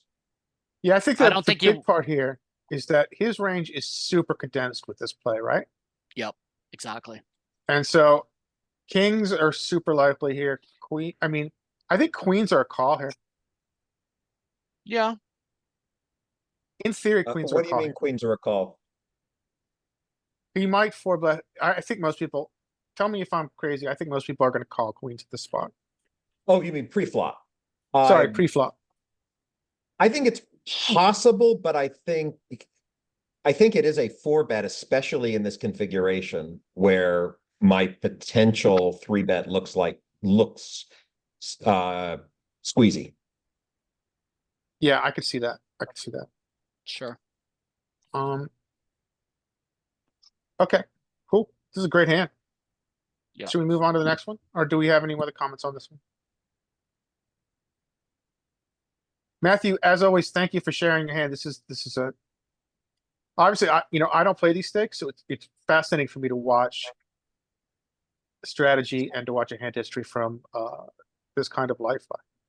Obviously, it's This something is I live, want to do right? one day, so it's great to see what goes down with these stakes. Yeah, I will tell you I mean, I don't know what stakes you play, but these games, the live games, they're not that hard. I mean, I'll just tell you, just to give you an idea of how bad some people play. I have queen 10 suited. I raise a limper, big blind, I raise a limper, button calls, original limper calls, flop, queen 10, flop the freaking nuts. Check to me, I bet small. Yeah. The hold caller calls. The turn is a jack, and I'm like, well, kind of, I guess I've gone from the nuts to the second nuts, but obviously I still have a hell of a hand. I bet mid-range, get one call. River's a blank. I bet, 2/3. He jams all in. And I'm like, oh shit, maybe he did have queen jack. I call, he had ace king for a straight, on a paired multi-Broadway board. Just like the worst raise possible. I mean, just throwing money away. Shouldn't have called the Yeah. flop. Shouldn't have done anything. I mean, and they're just throwing their money away. So Yeah, Yeah, and it that's gets worse. insane. live. It's People really stack- not that hard. People stacking off with top pair and stuff. But let me ask you a question, Matthew. Like, do you notice any major difference between like 2-5 and 5-10 plus, like the games that you're playing currently? Like as far as people bluffing the river more, or is it like No, I mostly mean, just bad players? No, in LA, the difference it depends on card room, but the difference is just the buy-in level. That Yeah. most casinos spread 2-5 with a $300 max buy-in, which is just a weird game, and 5-5 with a $500 or $1,000 buy-in. So Right. it's just the game is the same. It's just what you want to start with Okay, and how. maybe my question should be more like this. Would you say there's maybe slightly more better players like pros/pros in higher stakes cash, or about the same? Well, As we I think see. that's going to largely be true, linearly speaking, as you go up higher and higher. And just Right, like from so my experience going from or being like an online player, comparing online to live, you can like basically take an online buy-in, multiply it by 10, and that's how it would play in a live buy-in, right? So a $20 online Yeah, tournament basically heard is the that same as a before. 200. Yeah, a $100 online tournament plays the same as a $1,000 live tournament, right? That's largely tournament, but I mean that's very, very, very, very accurate based on my vast experience. So, and I would Okay. think it would increase linearly in a cash game as you increase stakes. Yeah, that makes sense. And like, there's worse players at live, right? They are, so to speak. So Yeah, and there's as always going to opposed- be that element of like drunken splashy players that are just wanting to play and want to splash around with their junky combos and run a bluff just for the thrill of it, right? So Yeah. Yeah, there's so always going like to be that element. probably more variance in like table selection is probably more important in that case. Yeah, higher stakes. So I'll show you guys this hand and then we'll move on to someone else. Sure. So we're getting open from UTG. This is a good player in the despite his back even reinforced by his stack size. He is a good player here. We choose to 3-bet. Now it gets weird. We get a flat from a fish.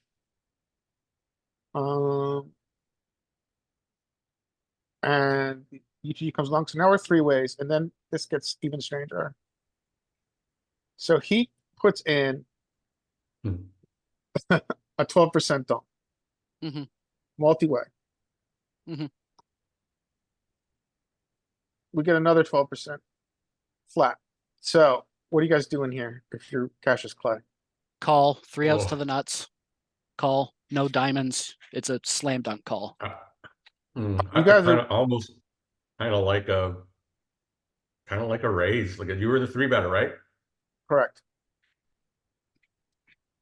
I All don't right. I like don't know. raise here. When he flats, I don't know when he flats, and this is your board, okay? It's just such a small, just realize equity call, or I kind of think go if you have for the it. ace of diamonds or the 10 of diamonds, I think raising is a lot better. I think Yeah, with this me too. exact combo, I think this is, King, I Yeah. I agree don't with know. you. I think I like a having- call. King, I agree with you. I think having ace of diamonds at 10 diamonds would make this a better raise. However, this is the way I'm looking at this hand, right? So let's do a little ranging here. What is what are some common Well, that's parts probably a of this block 3-bet bet. flatter that is going to now tiny dump flop? Queen 10 diamonds, or queen 10 with the queen of diamonds, maybe jack 10, jack X 10 of diamonds. So That's this kind of to what I'm me thinking. is a flush draw. And this guy could have any. Yeah. Right? He now has he chose to out of position flat a 3-bet, right? Mhm. So he is now anywhere in his range. He also had a very high VPEP. I think queen 10 diamonds is such a better check raise than it is a lead here. Yeah, too, I think it's though. got, I honestly, yeah. And also, unless he's inducing, unless he's got some crazy inducing strat, he's Yeah, like in the pocket class of Charlie fours. Carell. Yeah. I think this is often, my opinion is that this is often a draw that really wants to set its price for turn. That makes sense to me. I can see that. So in position, I would guess probably has a jack or an underpair that still is getting a good price to draw to Yep. his Pocket set. nines, pocket tens, pocket eights. Yeah. And so I took the mic path. I went very aggressive here. And someone could tell me if I'm open to someone telling me this is idiotic. So I went big for exactly the reasons that Mike said. I don't think it's idiotic. I think it's Um, brave. Yeah, I mean, the question becomes, is this a suicide bluff? And I think this is I don't think so. this is aggressive, but I don't know if it's a suicide bluff. Because don't think when it's I'm looking at suicide. this, I'm thinking capped range, multi-way, but we have ace king. And Yeah. we have king jack. Yeah. And we're blocking ace king. If And he's as far as playing your some kind of actual weird game- combo, you're 3 outs to the absolute stone cold nuts and 4 outs to the nuts straight. Like, And we have a semi bluff, yeah. So I don't hate it. he calls with what we can assume is his draw, right? Because he didn't check raise. And we get a blank. What are you guys doing here? If you're ever taking this route, He checks turn. he checked. Yeah, I checked us. So he made block bet. You raised it. Well, I think you have to bet now with the flop action. Yeah, so I continued the aggression. I don't know. I Probably was going to too say big. even rip it, over bet all This is in. probably too big a size. Okay. Mike, what sizing would you use here?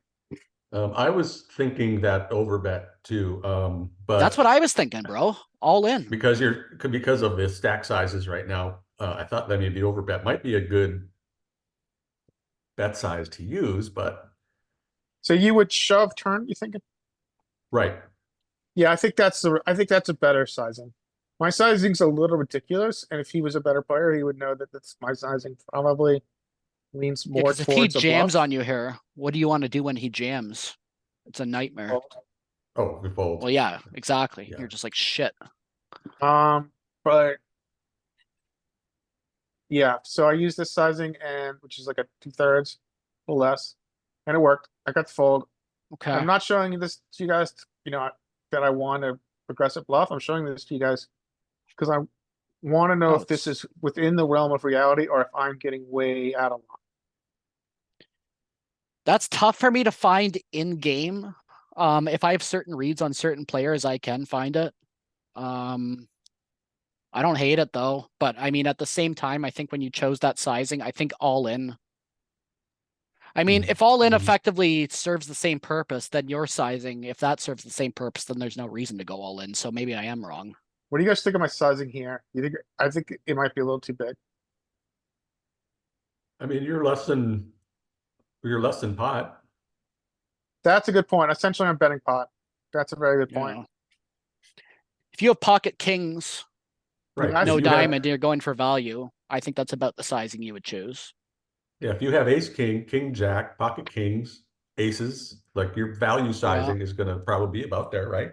Yeah, Yeah. this looks a lot like aces. What am I repping here? I'm repping aces, which, want to extract value / the benefit from protection.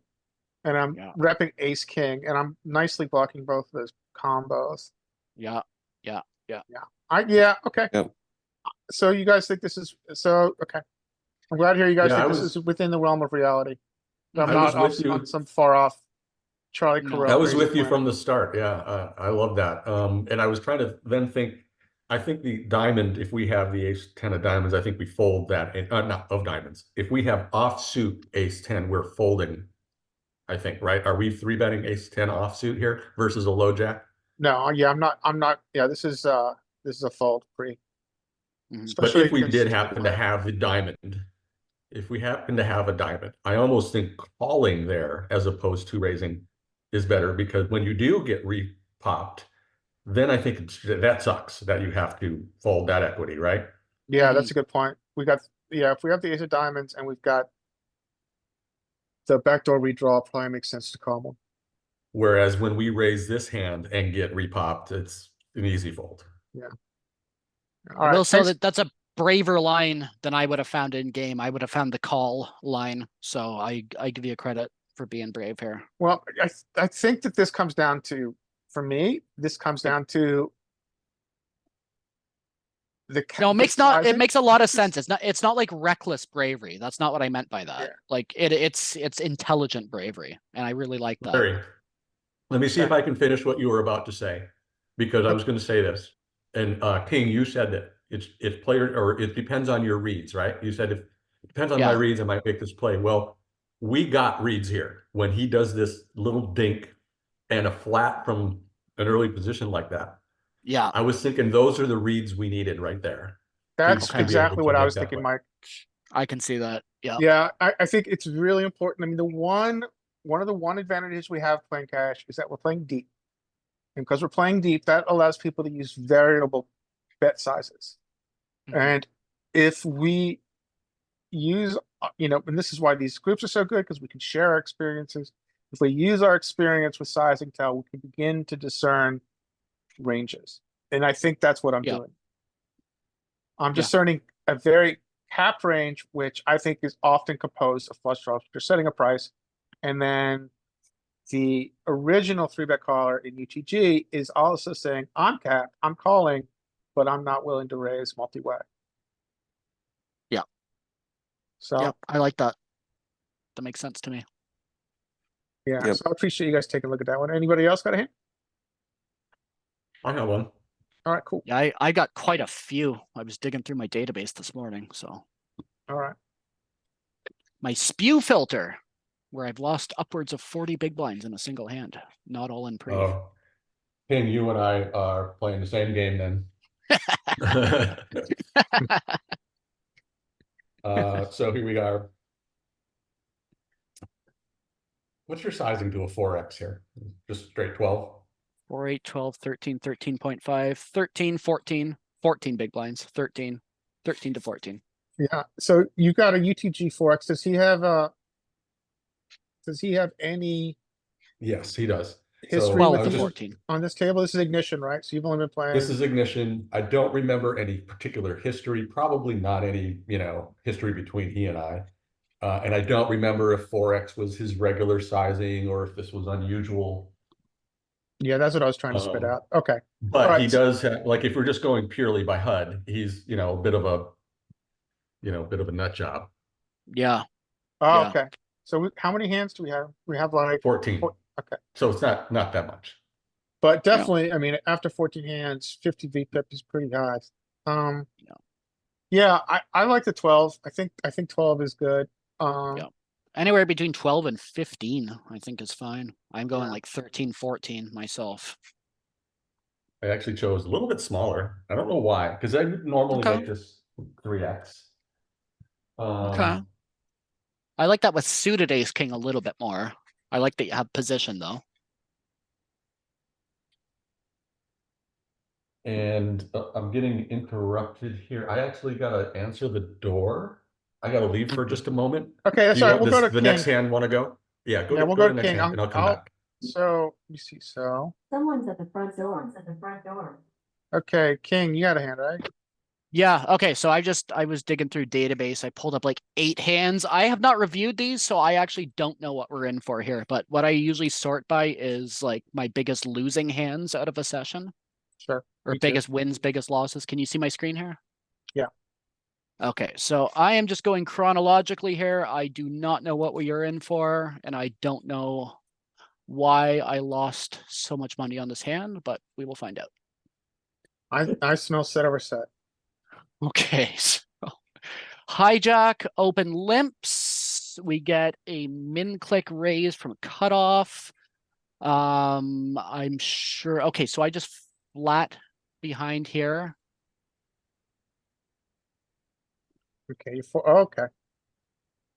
And we get a call from the big blind as well. So we are 4 ways here. With fives, with the set of fives Yes. on. That's weird pre-flop action. Oh, dude, and this is weird flop action. This is weird all around. So, okay, I don't want to get ahead of anything here. So, yeah, so I just flatted pre. We get a flat from the big blind, and the original limper calls. 6-5-3 with 2 diamonds. We do not have a diamond. We get a 1 big blind lead, and then we get the 6.2 big blind raise. So do I want to get opinions here? Do I want to show what happened? Let's What are- yeah, I think it makes sense to ask everybody what they do here and then show. I agree. Yeah, I agree. Because if you show it's the reveal and it will slant our opinions. Yeah. So just a quick recap, we're on the button here, and we got an initial open raise from this 1 big blind bet here. Is that right? Yeah, here I'll go right from the beginning. Yeah, Yeah. you don't have to go fast. Okay, a limp and a min raise. Yeah, open limp and a min click raise. I call. Big blind gets in Okay. there. Limper calls. Got it. I'm up to speed. Thanks.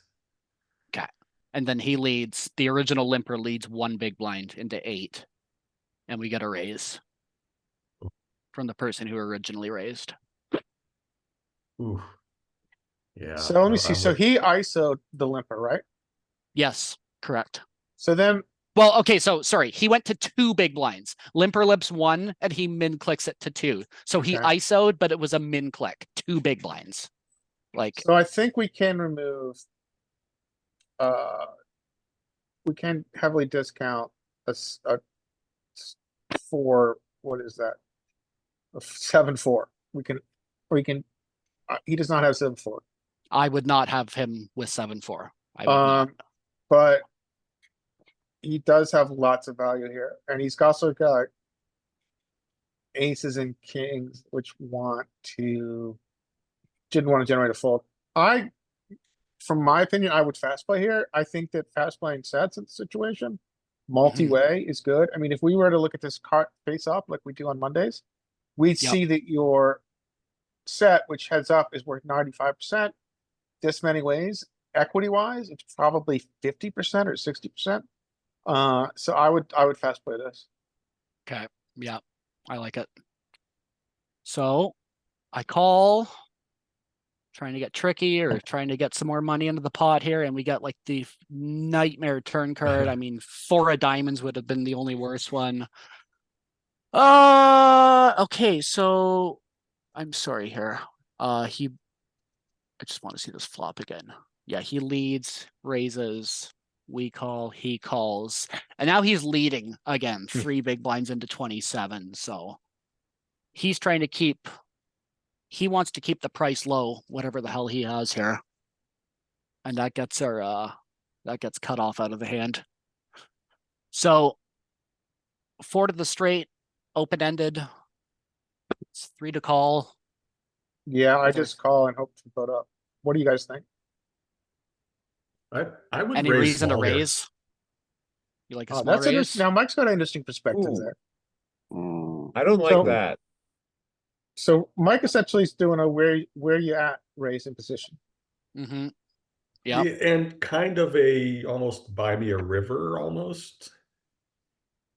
The risk, he I think, is is not- reopening. The big risk is reopening the betting. So if you raise small and he jams, you have to fold. You've lost your chance to Yeah. vote up. I Yeah. don't think you do have, Yeah. I don't think you necessarily have to fold. I think you've got pot odds to try to vote up. Okay. I mean, but Are you you don't. So, well, he's got a broken stack. If you raise to 7 and he jams, you're not getting odds to vote up. So like, okay, because you would need, so voting up is like 21%, right? I think more. Yeah, no, I don't think you can call. I don't think you can call if he jams there. I don't think you have enough equity.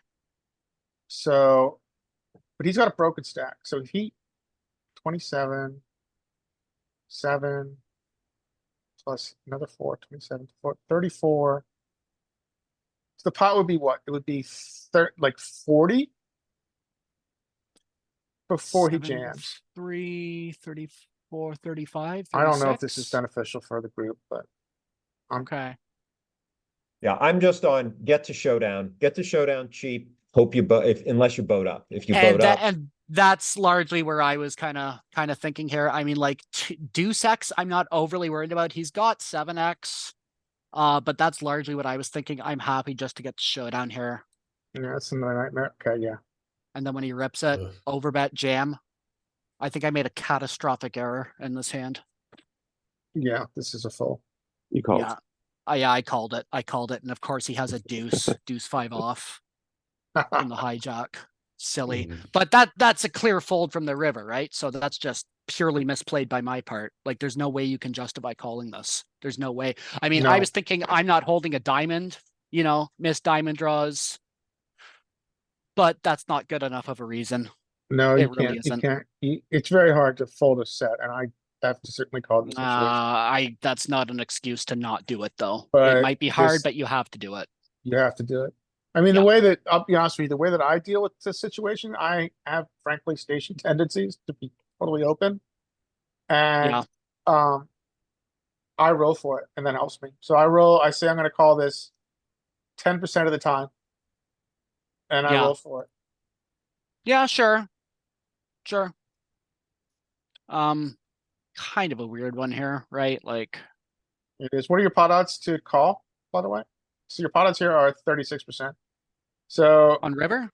yeah, on river, it's 36%. Yeah. So you, Apparently I have enough according to Poker Tracker.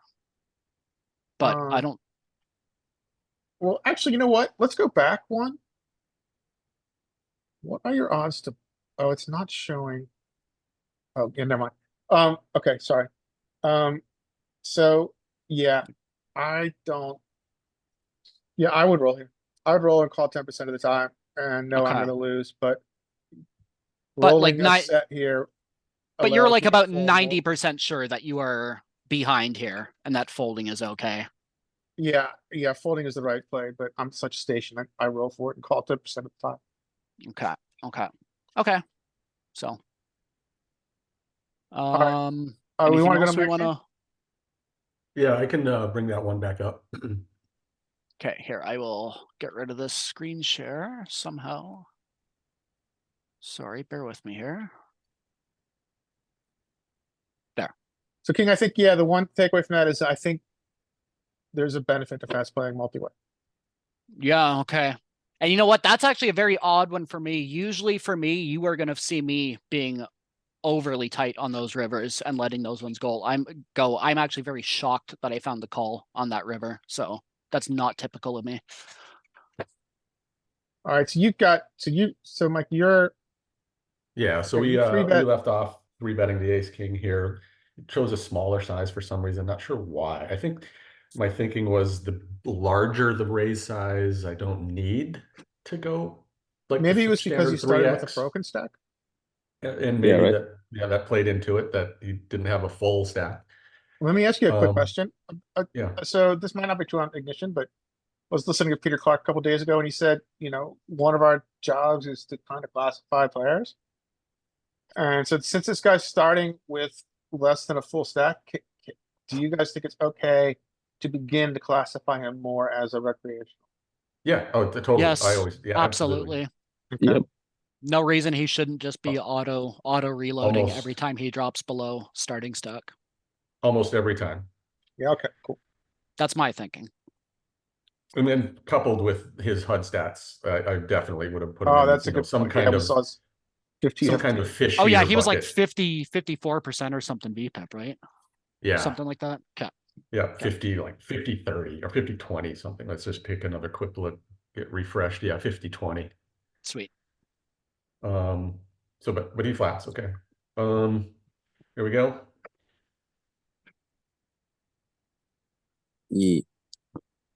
Yeah, so when he flats, you discount aces and kings, you block those, queens.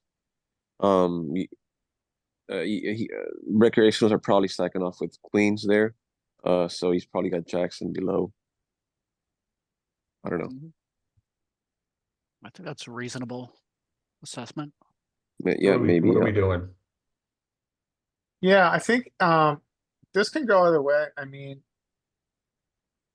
it's nice having the king of spades. I'm sorry, king of diamonds, I mean, I'm betting range personally which I think is after fine. the pre-flop action. I think there are some checks here if we were to look at this, but Probably. Would not be surprised at all. I think we bet more with the king of diamonds. 3-bet, C-bet, got a diamond. Yeah, I think a check is fine.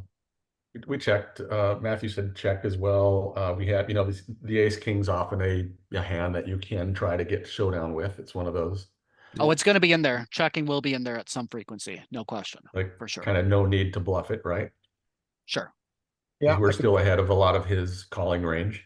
People tend to undervalue ace king, unpaired ace kings as a value hand, when quite often they are it is a value combo. People tend to undervalue that, I found. yeah, that's true. Checks again. Now it's getting interesting. So the one thing to think about here is, can you withstand a check raise? And I think the answer is yes, you can call a check raise. I agree. And So he's if you're really betting, bad. what size? I think I think you would want to choose- size for SPR 1.0 on the river. Yeah, I choose a want- B30 or B50 here, I think. 30, 40, 50, 80, 70. I think you'd want to go like about pot. And if he jams, you call? Yeah. I mean, it's annoying, but yeah. I took the check line. Matthew and I are mind melding again. And Would be again, better. I would have hated to get check raised on that with this holding. Oh yeah, I hear you. Not that I'm he's going to saying- check raise a lot, but What I'm saying in a spot that we're looking at theoretically is not necessarily what I would actually find in game when it's my money on the line. So yeah.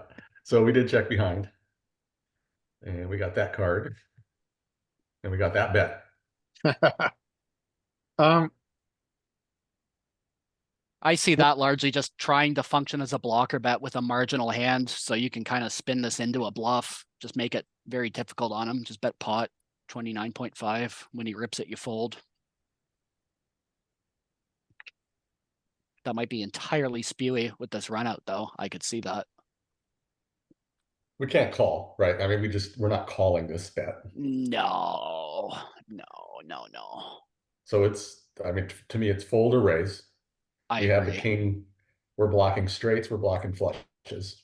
To me, I'm thinking of that player. He's like 50% VPEP. Like this is kind of a fishy, weak player in general. This is kind of a goofy line, and this sort of looks like a blocker bet to me, or like even if he knows what a blocker bet is or not, that's probably what this is attempting to function as, whether he knows it or not. And I'm not sure that he can withstand the pressure if you just make it a pot size bet, pot size raise. I think Mike has a very good point. I mean, if you're going to have blockers in this situation, you've got good, really good blockers, right? He's blocking the nuts two ways. Yeah.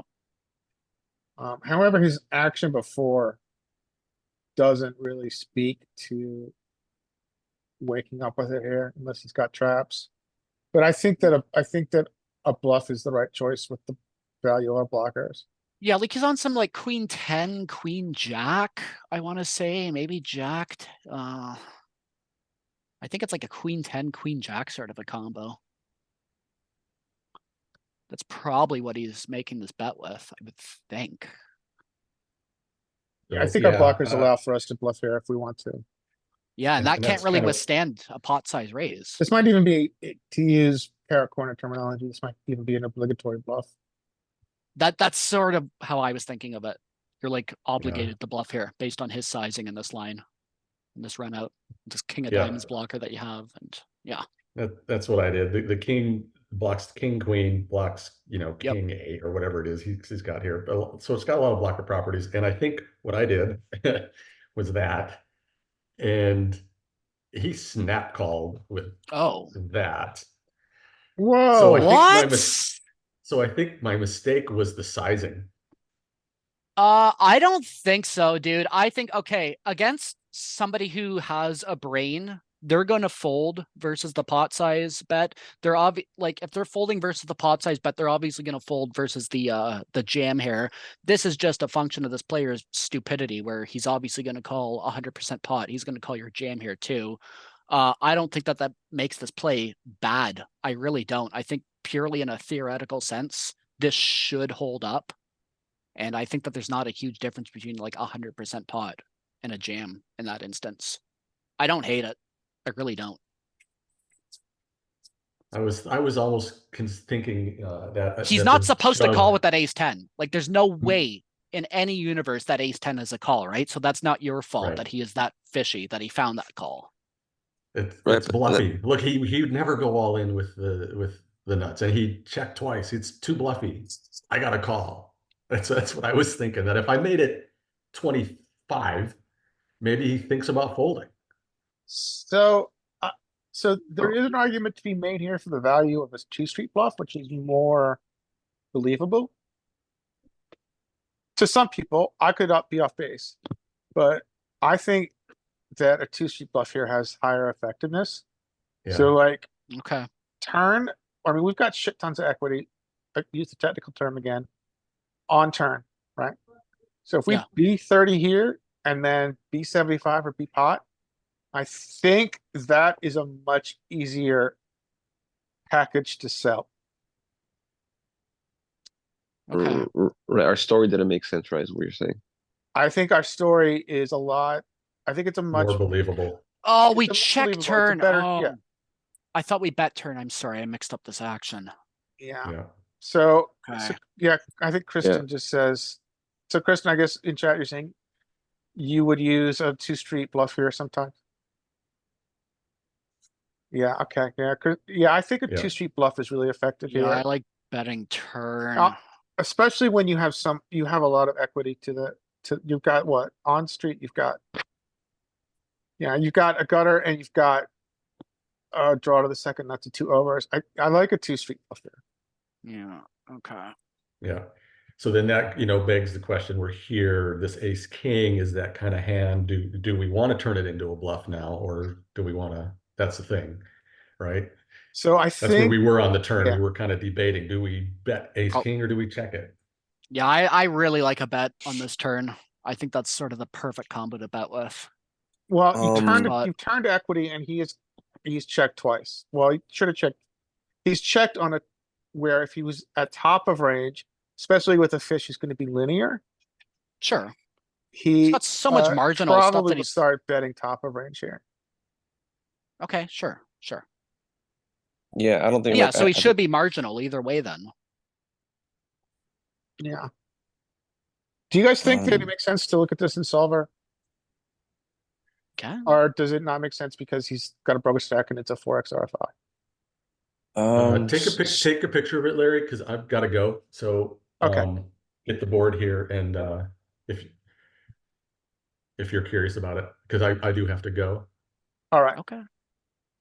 Okay, got it. Yeah. I think it's coupled with, I think it's coupled like, yeah, the way our story, right? Like Larry mentioned, we bet flop, check turn, and then try to bluff the river. I mean, I think there is merit to looking at this in solver though, like with a 3 big blind RFI, check.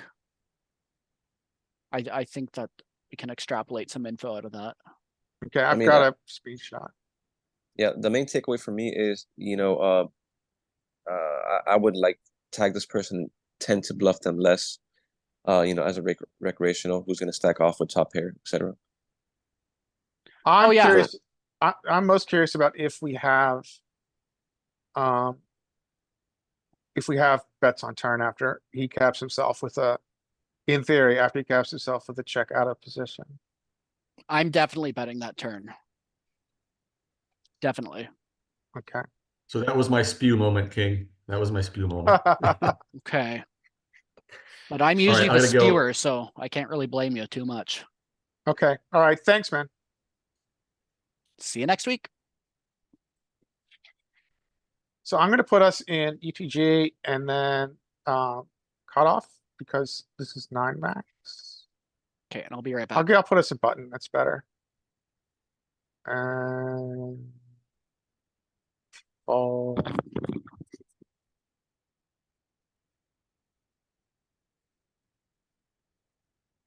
Two of diamonds.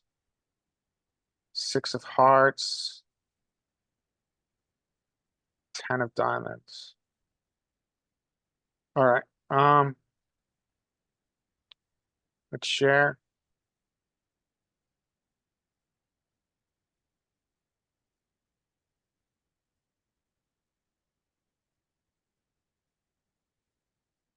All right. So to remind everyone, we've got UTG Razor. We 3-bet. This is 9 max, but we're just put it at 6 max. UTG calls, get this flop. He checks range. I'm just curious. If we look at both the ranges, in theory, these are the ranges, right? So he's got this very condensed range of 34 combos that he's calling. So he's stripped of aces, stripped of kings, largely stripped of ace. But he's got a lot of these suited combos, including some flats from ace 5. We've got a much broader range because obviously we've got a lot of bluffs. This is in theory, his range is probably a lot wider than this, as we saw. Well, no, he had ace 10 suited. He was well within range. So he checks. Now the first question is, what's our betting frequency here? So we can mix across the entire range, including Mike's choice to, Mike had spade, diamond, ace, king. So he can certainly check. And he's gonna, question I had is, do we bet more or check more with a diamond? And we do bet more. So if we have the blocking value and also the backdoor redraw, we bet more. So we check, that's fine. This is where I think it gets interesting. Turn is the jack of diamonds, so we have additional equity. He chose to check. His combo, which is ace 10 of hearts, could do anything. And this is where it gets interesting, right? What do we do here with our ace of king, ace of diamond? So my play, which was we bet more, is a little bit off. We can do it, but it looks like we're really beginning to go after this with the ace of diamonds. The king of diamonds is betting, but not as much. I would do a B30 here and then pot river. But we can also check with his combo, which is fine. So, by the way, is there anything else anybody wants to see here? No, it's just the last argument for what I stated. I just wanted to finish off with, yeah, I think I heard somebody say here or yesterday somewhere on Twitch that, yeah, like on the turn, we kind of want to be betting with, hands that have equity, added equity, right? Like, combo Yeah. draws, etc. Like hands we mentioned, and then on the river we want to like bluff from the bottom up, so like not so much of the ace kings and king queen stuff like that. So let's look at that. So that kind of reinforces Yeah. what you're saying. So we're bluffing from the bottom up, right? So this is the very bottom of our range that we 3-bet with. King, which has essentially no equity here. Oh, it's got 7%. So this is the bottom up, right? These are like the hands that have the lowest amount of equity, which we're gonna bet with. And then we pull up here, and then we're gonna bet with our value, which is our flushes here. So that does speak to what you heard on Twitch. Were you watching a particular player? And where does all the unpaired ace X fall? That's like in the 60 to 70% equity range, roughly in that chart, Unpaired right? ace X. So what are we doing with our ace high, right? Yeah. So ace high, so yeah, ace high is mostly checking. But we do get some bets at low frequency.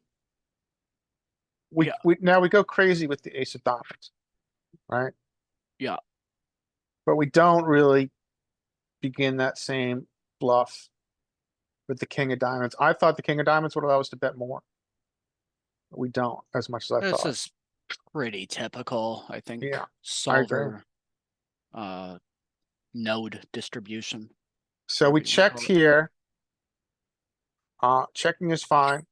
Now the other question is, so he's gonna cap here on the 9 of hearts. So what is his 10 supposed to do? Clear. What is his 10 supposed to do? So he's supposed to do exactly what he did with his 10, which is block it. Which is blocker bet. So he blocker betted with his ace 10. I think in game it was like, what's the pot? Yeah, it was like 21%. Do we get to turn our hand into a bluff? We don't. We just supposed to hear a call. Where do our bluffs come from? Our bluffs come from the very bottom of range. So I think what we're seeing here is that if we go to no made hand, very bottom of range here. What's essentially happening here, I think, is that Yeah. our ace highs are just good enough to just call and lose to the size. So our ace high is here, and we're just gonna call and lose. In theory.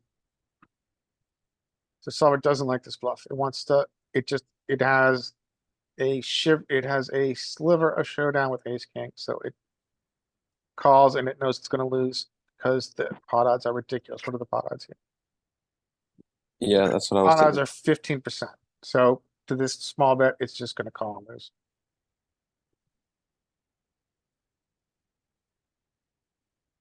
With it's gonna fold everything else, but with its very best, ace king, which will beat his other blocker sizings. With ace high, we call. But I like the bluff. I would have done the bluff. I would have done the bluff like this. I would have gone turn. Hero button. I think we get the sizing with our ace highs. We do. I would be 30 here. We don't really get that side. Where am I? Okay, here I am. Button. I would be 33 here. He's gonna call.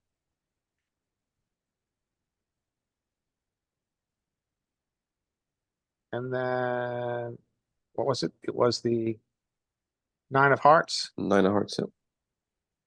He's gonna check with his second pair. He's gonna check now. And then we hardly ever play this, so I've got to make this full size.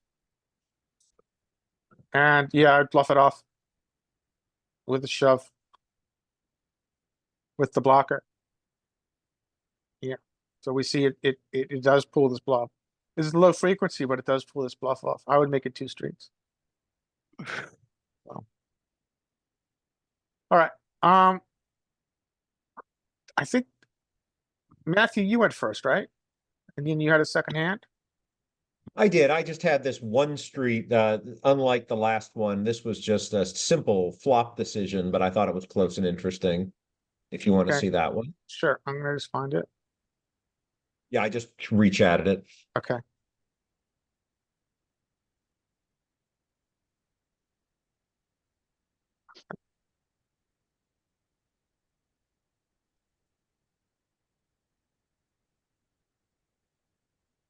All right, so we've got You got Jackson it? big blind. I don't see it. All right, I'm not sure you're sharing your Oh, screen. sorry, that would help if I shared, wouldn't it? Yeah, I don't see it. Is that important to share?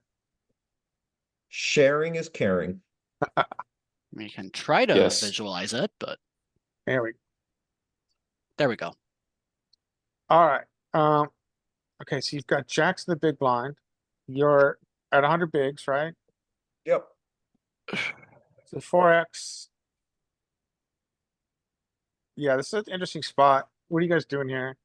Three You got a bet. 4x and a 4x at 100 big blinds. What do you got? Well, Sorry. okay. Do you have any reads on low jack? Because I theoretically will have some flats here if he's a tight player, but if he's anywhere upwards of like, 25%, then I'm going to be three betting. Honestly, I don't remember. Okay, so then I would three bet by default, unless he's like a, 10% fee pepper. I will tell you, my default here is call. Interesting. Okay. Yeah, I think call is 85, 90. Yeah. I'm going like 100 chips here as a three bet. Some empty flats. I'm going for a large. three bet. Interesting flop. So you got. Fuck, So good thing I in didn't three theory, bet. low jack should check a lot, but he's not going to. Check. He bets very small. Well, he bets a third, right? Kind of a dream call, isn't it? Well, We got two callers it? here.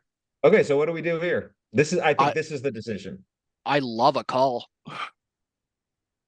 I don't see any reason to raise. I don't see any reason to fold. So to use, yeah, so we, obviously we look at a lot of multi-way pots here. I think that this is a call. I think you've essentially got a contested pot and you're drawing to the third nuts. And you've got 60% of a straight royal. So I think we just call. I don't think that raising here. So he just God. bet into two Does- people. I don't think raising here makes sense. I think we Does just call. anybody argue to fold? First of all, Yes. Me. Really? Okay, that is shocking in my mind. I'm never folding here. I mean, Okay. so I guess the way I look at this, the way I approach situations like this is, what are the chances my hand is good here? I'm ahead. So I think you're good between 40 to 60% of the time. Oh, yeah, this is so. Yeah, this is a tough one. I totally understand why you would fold here. I so think I'm thinking, I mean, I think the chances that I'm good right now are 10%. I don't know how uh, to fold 60% of a royal. No, you dude. Okay. But I totally understand folding here. I totally get it, and I think that we have some I think you're other players that undervaluing the come in strength of sometimes this that would hand. fold here pure. Well, if you think you're only good 10% of the time here, I think you're undervaluing the strength of this combo. I'm not in the sure. spot. I think that folding here is entirely reasonable. Did you put in the action after? Yep, keep going. Okay, cool. I think that folding is reasonable here. I mean, I it's. I don't fold because I'm not third nuts raising. third nuts may not be good enough. This guy also, let's just look at this a little bit. King, he just bet into two people after he. So not everybody's going to auto C bet here. No, but he should be enough of the time, and it's just, dude, you have way too much equity, I think, to be folding to an what's going to amount to an auto C bet the vast majority of the time. Okay. I think there's no argument to raise, but I don't think you can fold. But I can't- definitely am not raising. iPhone can't says say- easy No, fold. I can't. Yeah, I could see folding here. I think we need like added equity on the flop, maybe like a set or something. Yeah, I think a fold is reasonable here. I think it's reasonable. I mean, I We think fold. calling one, I think folding turn, folding most turns versus continuation is going to Okay, be so the what do play. we do? So imagine we had called, and this is the same action. So now, there's 120 and maybe he bets 45 instead. I'm and it still folding goes here. like that. You I fold called here. flop. Yeah, I'm folding this turn after calling flop. Absolutely. After he continues turn and we get another call from button. I'm Yeah, just this is like, an okay. auto fold. If Yeah, we fold. think if we think our flush draw is good, then why wouldn't not we sh- call? I don't necessarily think my flush draw is good. At this Okay. point, after it goes continue and another call, I think I'm probably not good here. I think the argument for folding here is that there's continued aggression. And so if there are flush draws, they're clearly to a better flush draw. It's just too easy for either of them to have the queen of spades or the king of spades here. I'm not putting any faith in the flush draw on this turn continue. Okay, four gets here. Someone's got the king of spades. Who is it? Jack. Wait, what happened on, how are we still in the hand? We're Or not. does it Ah, just, So, oh, okay. Okay, so gotcha. so We we would have would won. this is a good lesson. We would have gotten there, and Matthew's nice enough to give us the reveal. We were up against ace king. Yeah. But I think your fold is, I think both king and me would have both folded on time. Oh yeah, I'm folding turn 1000% for sure. And so Don't think it's the worst I would seeing argue another card that- on flop, but I can I would see it argue being a that- fold multi-way. low jack overvalued his ace king. I would 100%. yeah, I think low jack. Yeah, I think that's a check from low jack. I think low jack. I mean, it is one of the I don't know. It's not a heuristic, but the method is to ask yourself as the pre-flop aggressor, am I on offense or defense? This is something a coach told me once. And I think with ace king on a monotone board, you're on defense. You just Agreed. want to get the showdown 100%. as easily as possible. And he went on offense, which was a mistake. Yeah, agreed. And one And that question also I kind of, just- oh, sorry. I'd put to you, King, is what I don't get is the rationale for calling the flop and folding the turn. Okay. Well, there's a lot at play there. I mean, it being multi-way, being the folding on the turn is a major factor, but primarily that's going to be like a board. If I'm out of position, if I'm low jack, I'm c-betting that the vast majority of the time, like 100%, right? So, there is more of my range that does not connect with that board than does connect with that board. And Jack with the jack of spades is ahead of most of those combos. So just purely in terms of combinatorics, I'm ahead of most of his range when he's c-betting there. That shouldn't be a board that he checks in position. I think that's just so often going to play as call flop and fold turn versus turn continuation bet.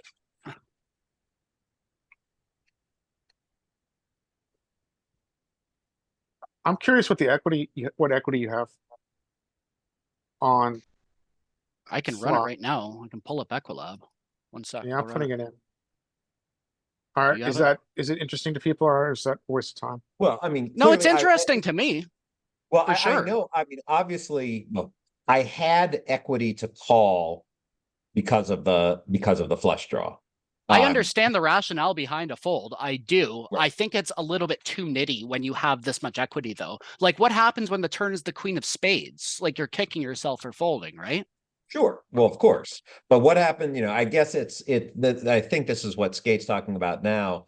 What happens if the turn is the four of spades and then the low jack bets again, and then what do I do? Because then I'm turn thinking, is four of spades and low jack bets again, if button calls, I think you can comfortably fold. If button folds, I think you have to then look at your pot odds. You have to look at your equity. And I think that the math quite often could run you or push you into a fold in that spot, just because I it's think- so easy for him to have the king of spades. that's more a so the great queen of point spades, but- that I think impacts the flop decision. And this is also another thing I think about in this is if I get the ideal card for me, and I'm still thinking about folding, that means I should fold that I should fold on the flop. 'Cause if Okay, I'm Yeah, I thinking- see your point. I get Because- that too. That's a great point. That is very I great mean, point. the the 7 of spades would be the perfect card on the turn. And if I'm Uh-huh. still engineering a situation where I'm going to check fold, that's bad. So I think in that scenario, you really have to look at the flop sizing and look at the odds that you're getting on the flop to make that call versus the For sure. fold. And I think that the multi-way equation, yeah, okay, maybe that can push it into a fold a little bit more. I can Yeah. see it. Maybe I'm a little bit too splashy, a little bit too spewy. I'm always trying to not get exploited. That's always something that's in the back of my head. And I think that's more of a thing in tournaments than it is in cash, as I've been learning, studying with you guys, but Yeah, I don't know if Um, this is really valuable because your hand is all about implied odds of hitting the flush. Right. Well- Yeah. And what we Not- have to do is think of the reasonable probability that I'm drawing stone cold dead or drawing to Yeah. 2 outs. Yeah, I think third nuts is maybe. But you I see- can get behind your fold. I think Look, third well- nuts maybe be a little bit not good enough here. I think you Yeah. have too much equity to fold. I mean, like when you're I- just running the raw equity here, I think like King you are might, almost as good as ace king. I think you Well, might sure, be but on run it- something. if you run the Equilab against all ace king combinations, Yeah, we could do that. then it's going to go Actually. way down because he's got the ace of spades. But you said what, 10% you were expecting you're good here, right? Yeah, because I think on Not- an ace high flop where it's a pre-flop raise and I mean somebody's got an ace. Okay, here, I'm gonna punch it in here. I want to see this. Well, your for point myself. is well taken. Matthew, we can see it here. Anyway, I don't know. I thought it was close. I at the time I patted myself on the back for making a disciplined fold and then saw that I would have won and I was like, ah, you moron. Well, So no, you can't be results oriented in that degree. I mean, I think you have to look at that equity with a lot of like you have to take that quite seriously, what we just saw there. What did that go to? 32%. Yeah, drop down to 32. Yeah, I could totally get behind your fold. I mean, so people in chat were like easy fold. I can see a fold here. Third How many nuts big just isn't good blinds- enough to draw to as a back Yeah. door. How many big blinds was the flop It's call? front door, What were sorry. what were you facing on the flop? How many big it was blinds small. did you have to It call? was pretty small, I think. It was five big Yeah, it blinds, was was- it not? It was basically a third pot size bet. I think you just have too much equity there. It was like what, 53 versus 33 versus what, 12 or whatever it was, whatever adds up to 100 there. No, I think call flop, fold turn, but I mean, you might just be more disciplined than I am. Well, So- but that doesn't make it better. I'm standing behind call flop. Well, I really am at this point. Well, what I'm thinking now is, I mean, you make a pretty good point, King. Like, is any like let's take a look at the combos, right? Like the suited combos that they could have, right? Like that we could be drawing dead against. All those queen 10, queen jacks. Those are out of the window because those are on board and we hold the jack Mhm. there, so that could be taken into account. Whether we should call or fold a little more. But also, if I'm low jack and I have red sevens, I'm c betting. If I have red nines, I'm c betting. If I have, pocket eights, I'm c betting 100% of range. And most of those Yeah. combos mathematically do not include a spade. And he's going to be shutting down on turns Exactly. It's just that after it's called. it's multi-way, with the button there, and he's calling when he shouldn't have with the 10, Yeah. 10-9, one spade. And that's where I'm not sure if I'm being too splashy. So I'm wondering Yeah. if there is more merit. I'm to pretty being that sure you disciplined on the shouldn't flop. you shouldn't be c betting range as low jack there 3-way. No, I think he should be checking on the, even though the Okay. hand, even though the flop is good for his range, I think multi-way, he needs to check. Okay. Multi-way and out of position. I So can the- see merit to that too. I So I really said can. it 100 times, but since it's the words of Jonathan Jaffe, I'll say it again. The value of checking here out of position is that you learn a tremendous amount about your opponent's range by their actions.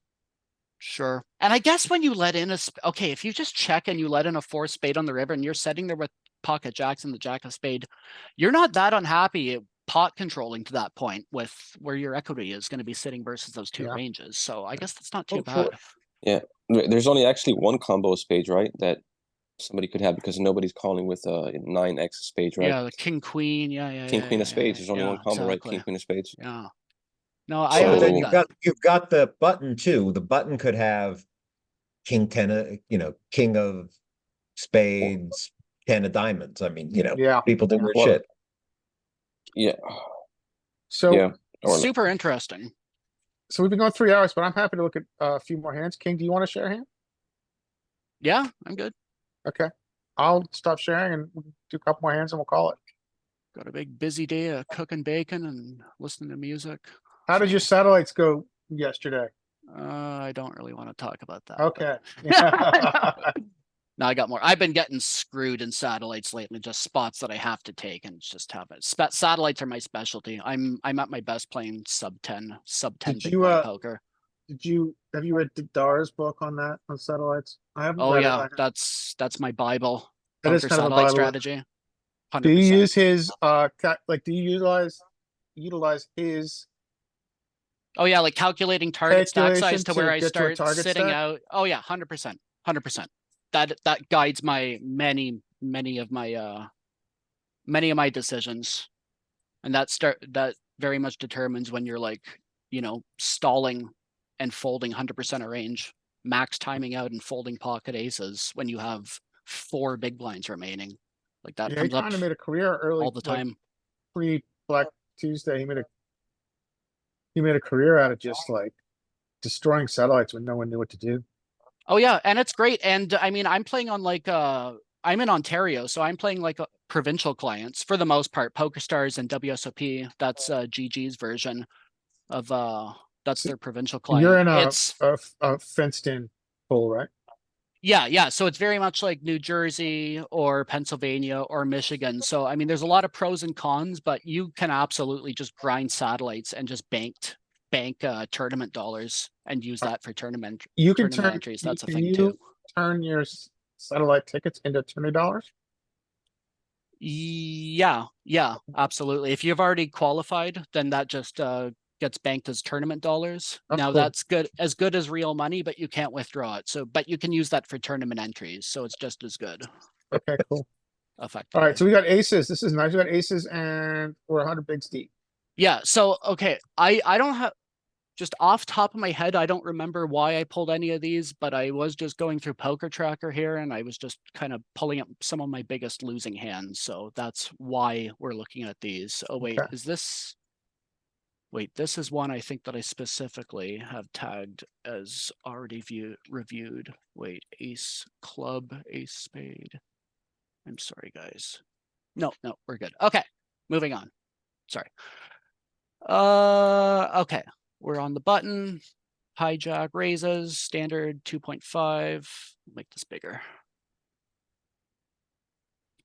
And we get a call from the cutoff. I think, is anybody trapping here this deep? I'm 3-betting No, 100% of the This time. pure squeeze. Pure 3-bet. Okay. I go 11, 10. That's pretty standard, right? Yeah, I Sizing. think your sizing's good. And so cutoff flats, he's the only one that wants to see a flop. So this is a very interesting situation, right? So what is going to, so he's got a cap range, right? So he flatted. Mm-hmm. And then he's the one that chose to call your squeeze size. Yeah. So what kind of range is going to call us? Number one, if you were to look at a solver, I'm thinking like pocket 7s through pocket 9s, pocket 10s, that sort of a range. yeah. So this is heavy set line. Yep, Yeah. along with queen jack suited, 10 jack Sure. suited, that stuff. Yeah, agreed. Sure, I can see that too. So we flop the nuts. Rainbow donks. board, and he donks into us half pot. It's exactly half pot sizing. I'm pretty sure I just call here. That's my instinct anyway. Are you guys raising? I would never raise here. Never. Okay. So I just called. So I think that's pretty standard then. So straight comes in. he continues. What is that? Third? I think. Yeah, looks about a third, I can't. Just a bit more. a little bit over a third. It is. It's yeah, it's exactly a third. 33.03%. Yeah. So he bets a third after we called. Do you want to raise to deny equity, or are you just So what's calling our it this? SPR? So SPR is less than 1. So he's gonna have the straight sometimes here, but we're also gonna vote up 20% of the time. I don't think SPR we is like have any- 1.3 or so right here, isn't it? I mean, really, when it comes down to it, if you were to raise, what calls you this worse? Yeah, All you're doing Um, is folding out bluffs and folding out hands that aren't as good as you, and none of those are the most profitable choice. pocket think all- tens possibly are the only things that he would have. Two pairs, Yeah. two pair calls you, ace 10 calls you, ace jack calls you. They Yeah, can't that's get away. Those are good points, man. Yeah. Okay.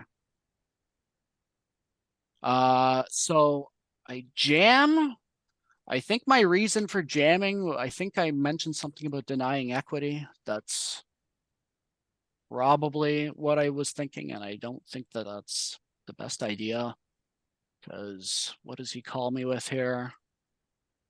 Oh, So, oh, That's I crazy. remember this hand. That's right. I wanted to show this to you. Okay, yeah, that's right.